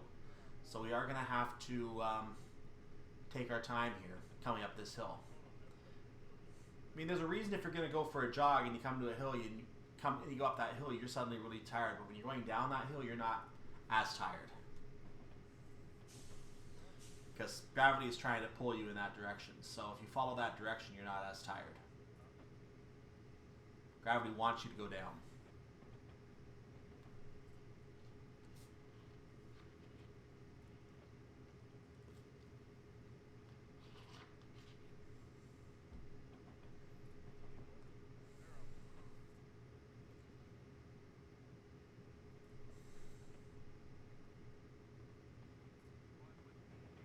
I believe we're going to have a split in the track here as we pull into Grizzly, Maine 2. That appears to be a train ahead.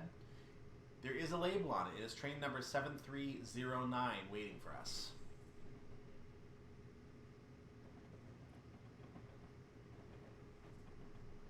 I'll just show you again. Oh, it's not... Okay, it's not labeling it now, but it did say 7309. Why was it labeled for... That doesn't make sense. That does not make sense at all. I had a label a moment ago, now it wasn't working. Okay, do. I don't know.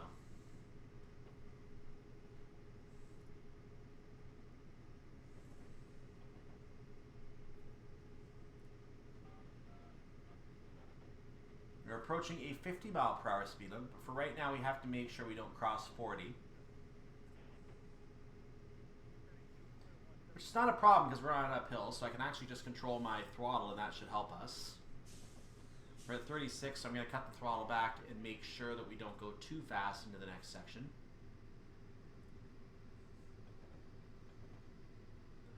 So that did slow down our ascent, but we do need to slow it down a little more. So 50% should do the job.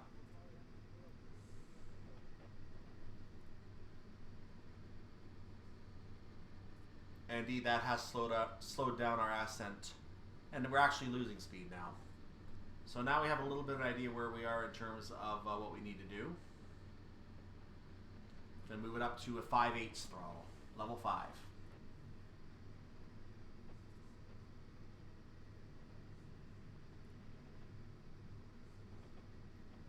We're actually losing speed on that. Our gradient has actually increased. So I'm going to increase the throttle again. 7309 has been left behind.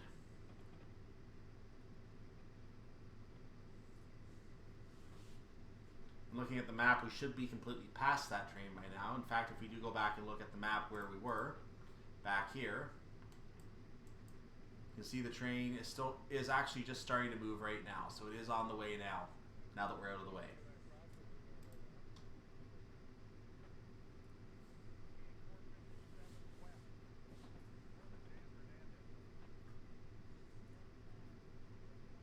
We are losing speed again on this uphill, so I'm going to move the throttle back up to...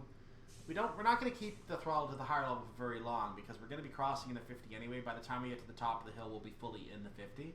So I fully expect we're going to have no problem maintaining our speed coming into the point that we need to take the throttle completely off, and then we can gain speed because we're going to have a faster speed limit. There was a road there, it looks like. I think that was a road. That was a road. I didn't notice it, so no whistle. Yeah, I am definitely losing speed, so I'm just going to put 100% throttle on for right now. I'm still going to lose speed anyway, it doesn't matter, but after we start gaining speed, I can ease it back.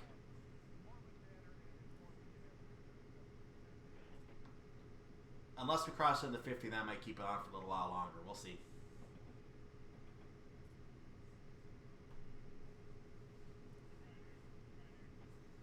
So we're coming to Spotted Robe Main to number, was it 3108? I don't remember. 21. I shouldn't say 32. I was halfway right. 2198. I was half right.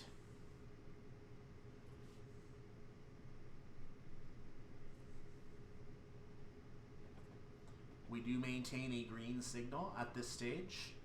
We're now in the 50s, so I'm going to leave the throttle on now because we're nowhere close to our previous limit of 40, so I'm leaving the throttle on for the time being.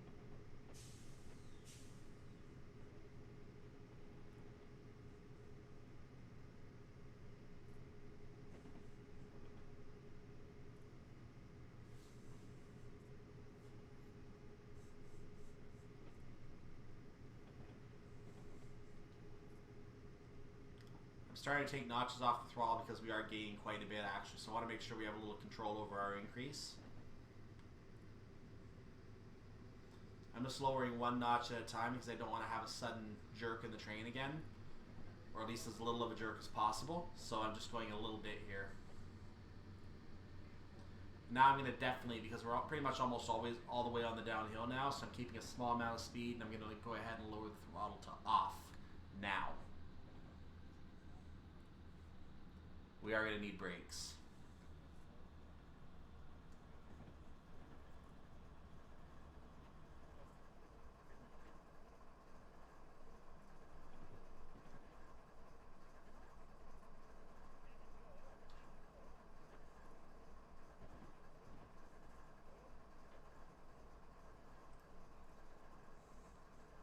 You seem to have found a level of control. We're holding at 48.7 miles per hour.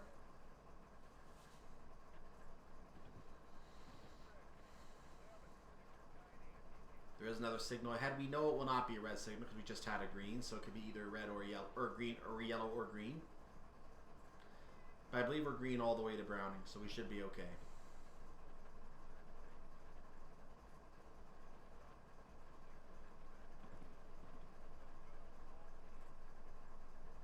Somehow the train suddenly jerked forward, so thankfully I had the bit of a buffer there. I'm at 49.3 now.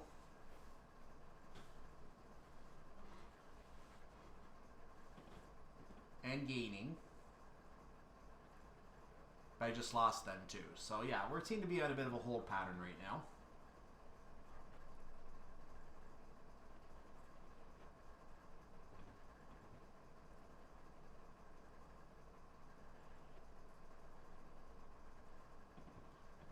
We got our time in this bonus. Your final stop is in about 10 miles. Come to a stop at the east end of Browning number 2098 where another engineer will take the engines back. Roger.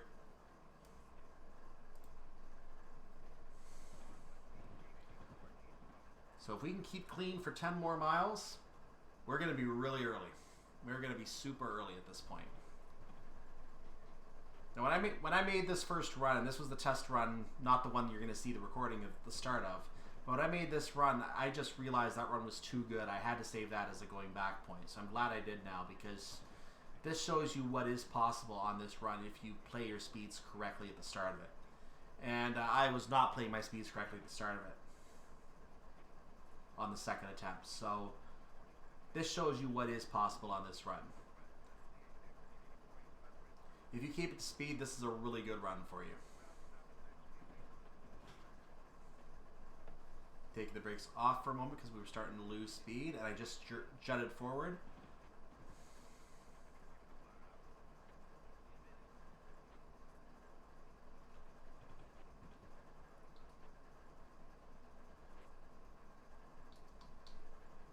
So I put on a 5% brake application. Is that going to hold me?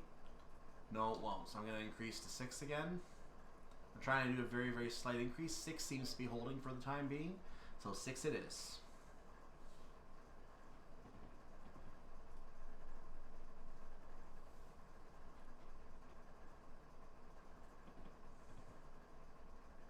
We're doing a slight loss in speed. That's perfectly fine. I don't mind.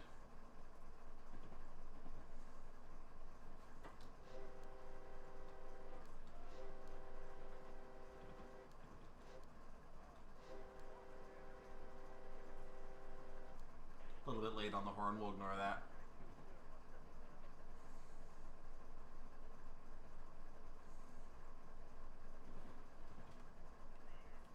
I mean, the whistle boards are kind of small. They don't necessarily stand out, so it is kind of hard to see them if you're not specifically watching for them.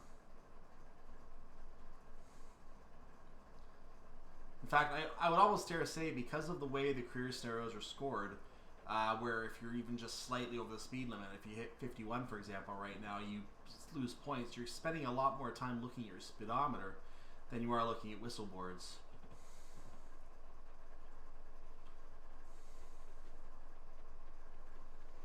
In a real train, you're not feeling rushed, so you can actually keep the speed a few miles under the speed limit if you want to, and that'll give you more time to just look for those whistle boards. Then if you notice the train getting too fast, you can go. You also got a guy helping you in a real train, so you can keep an eye on the whistle boards while someone else watches the speed. You're doing it all by yourself in this game. So it's almost like you're being overworked in a sense.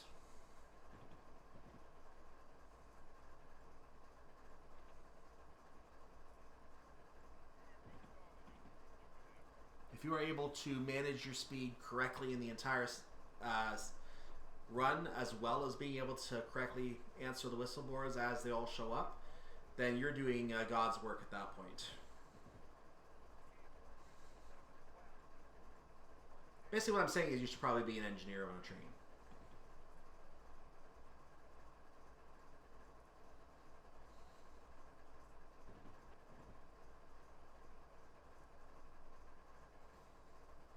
Of course, if you're doing the speeds via the HUD and not by watching the signs, then that's another story completely.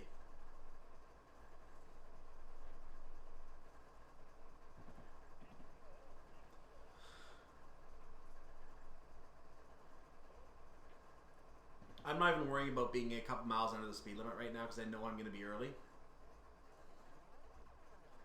And I suspect there's going to be another speed limit decrease coming up anyway.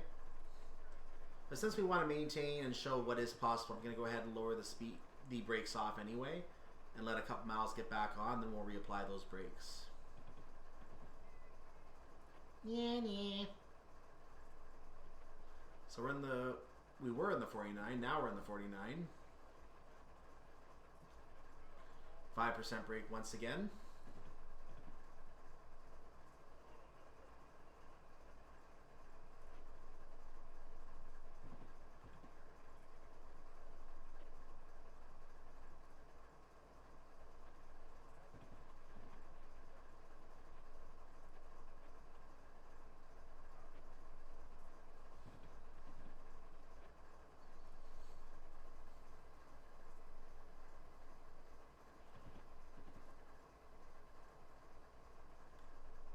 So I already told you earlier in the run about the plans I have for the upcoming scenarios. Obviously, there's 2 more that I'm going to be doing on Mariah's Pass.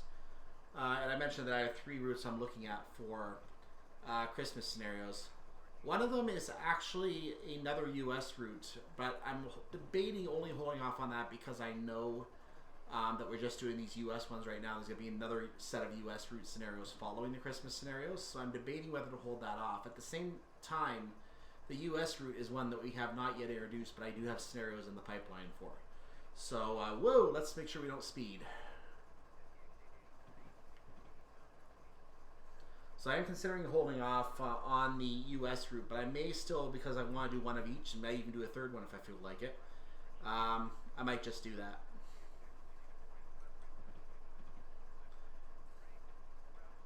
We have a flashing yellow, so we know we're going to be coming to the end of our run here. We have a steady yellow coming up next, and then we're going to have another signal. It's going to probably be a flashing red into the siding. So we're 4 miles from our destination.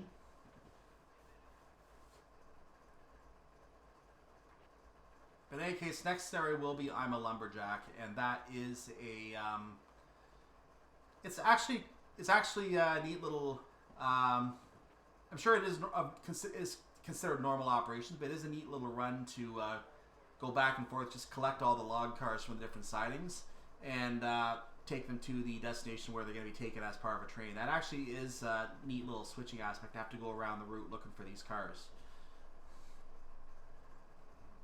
So I kind of like it.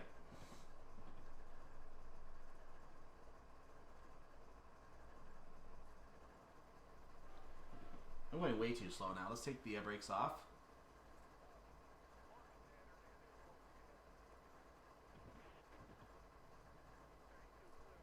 We're still about 3 minutes ahead anyway.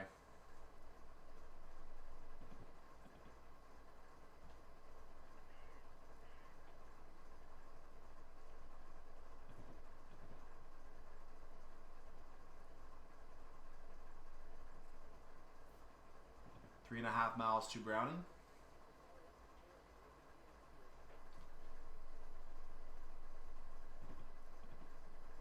We are at 49, so as you notice, I put a 6% brake application. I am trying to control my speed coming into Browning.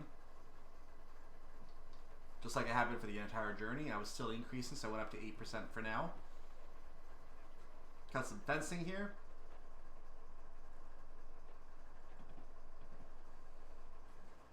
See what it looks like on this side. Ooh. Ah. Oh. Ah. Yeah. Ooh. Ah. Continues for a little while there too. So you see the fencing continues. We have a little bit of a cliff over there, which is why the fencing. But why not fencing on this side? Why is it just on the one side? Anyway, back to the fencing. Ooh. Ah. Ooh. Oh. Okay. We're on flat ground again.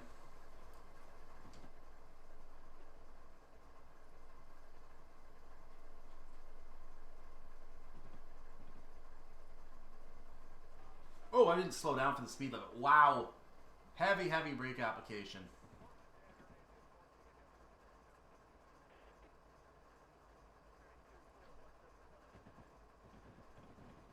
Oh, I almost made it. Almost made it.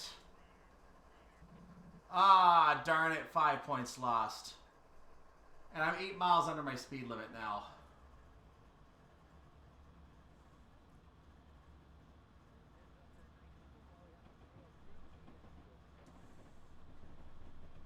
Oh, why did they flag me right there?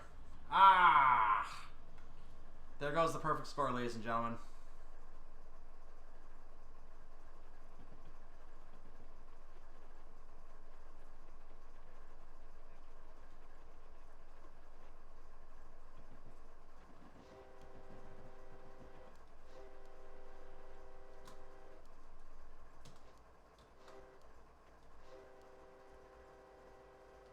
You see the final stop up there. Typically you want to pull all the way in for the final stop.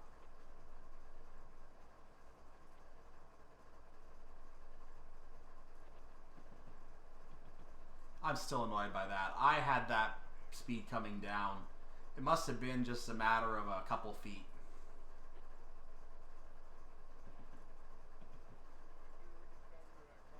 That's disappointing.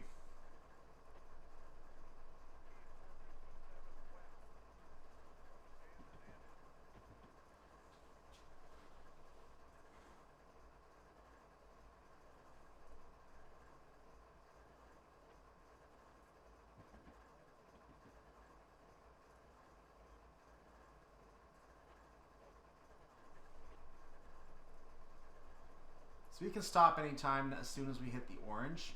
Naturally, I want to try to bring the train in as much as I can. You can fit the entire train into that spot.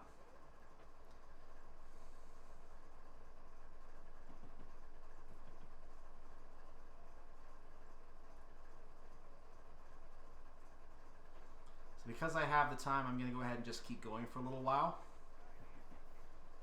I think I should be able to make it in.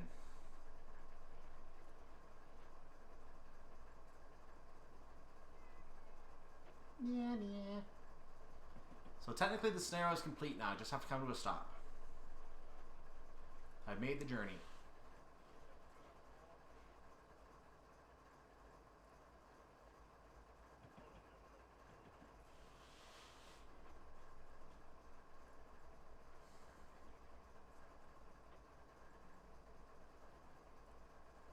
You can see the end of the orange coming up, and there's a signal up there, which I assume is going to be a red.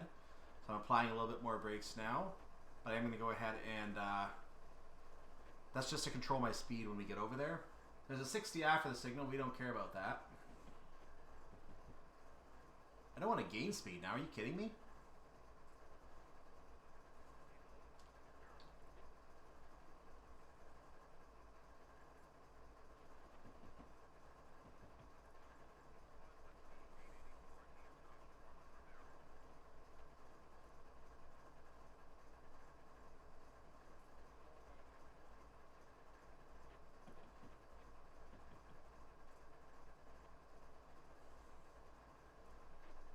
Our ETA is technically getting later and later now.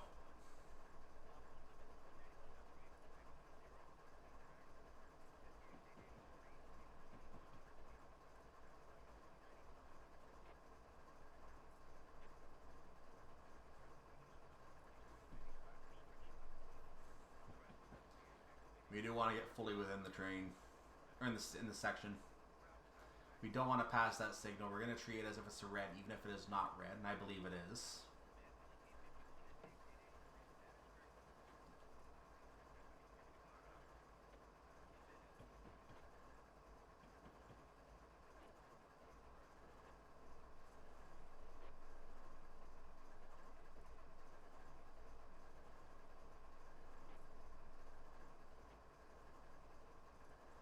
Final cars are about to enter the siding, or the stop area, I should say, not a siding. So I'm going to just go ahead and put the brakes on right now. Heavy brake application.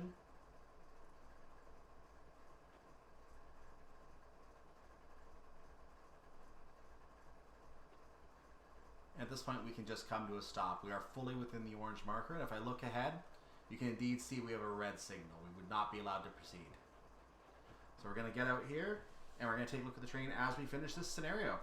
There we are, stop completed. Then make sure the brakes are fully applied as well. Let's turn that down. Let's look at the train as we finish.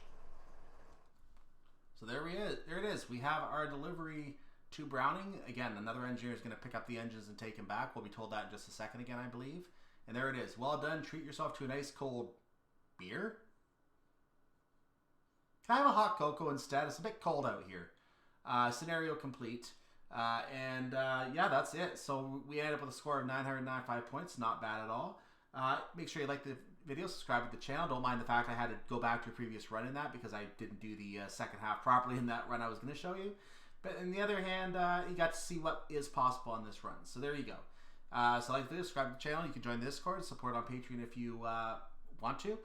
Not required, definitely appreciated. And I'll see you next time for another Mariah's Pass scenario as we continue to celebrate the fact that BNSF is now returning to Train Simulator worldwide. I'll see you for more of that next time. In the meantime, I'm Cyclone. Have a wonderful day, evening, or night, whatever it is for you, you're part of the world. I'll see you then. Bye-bye.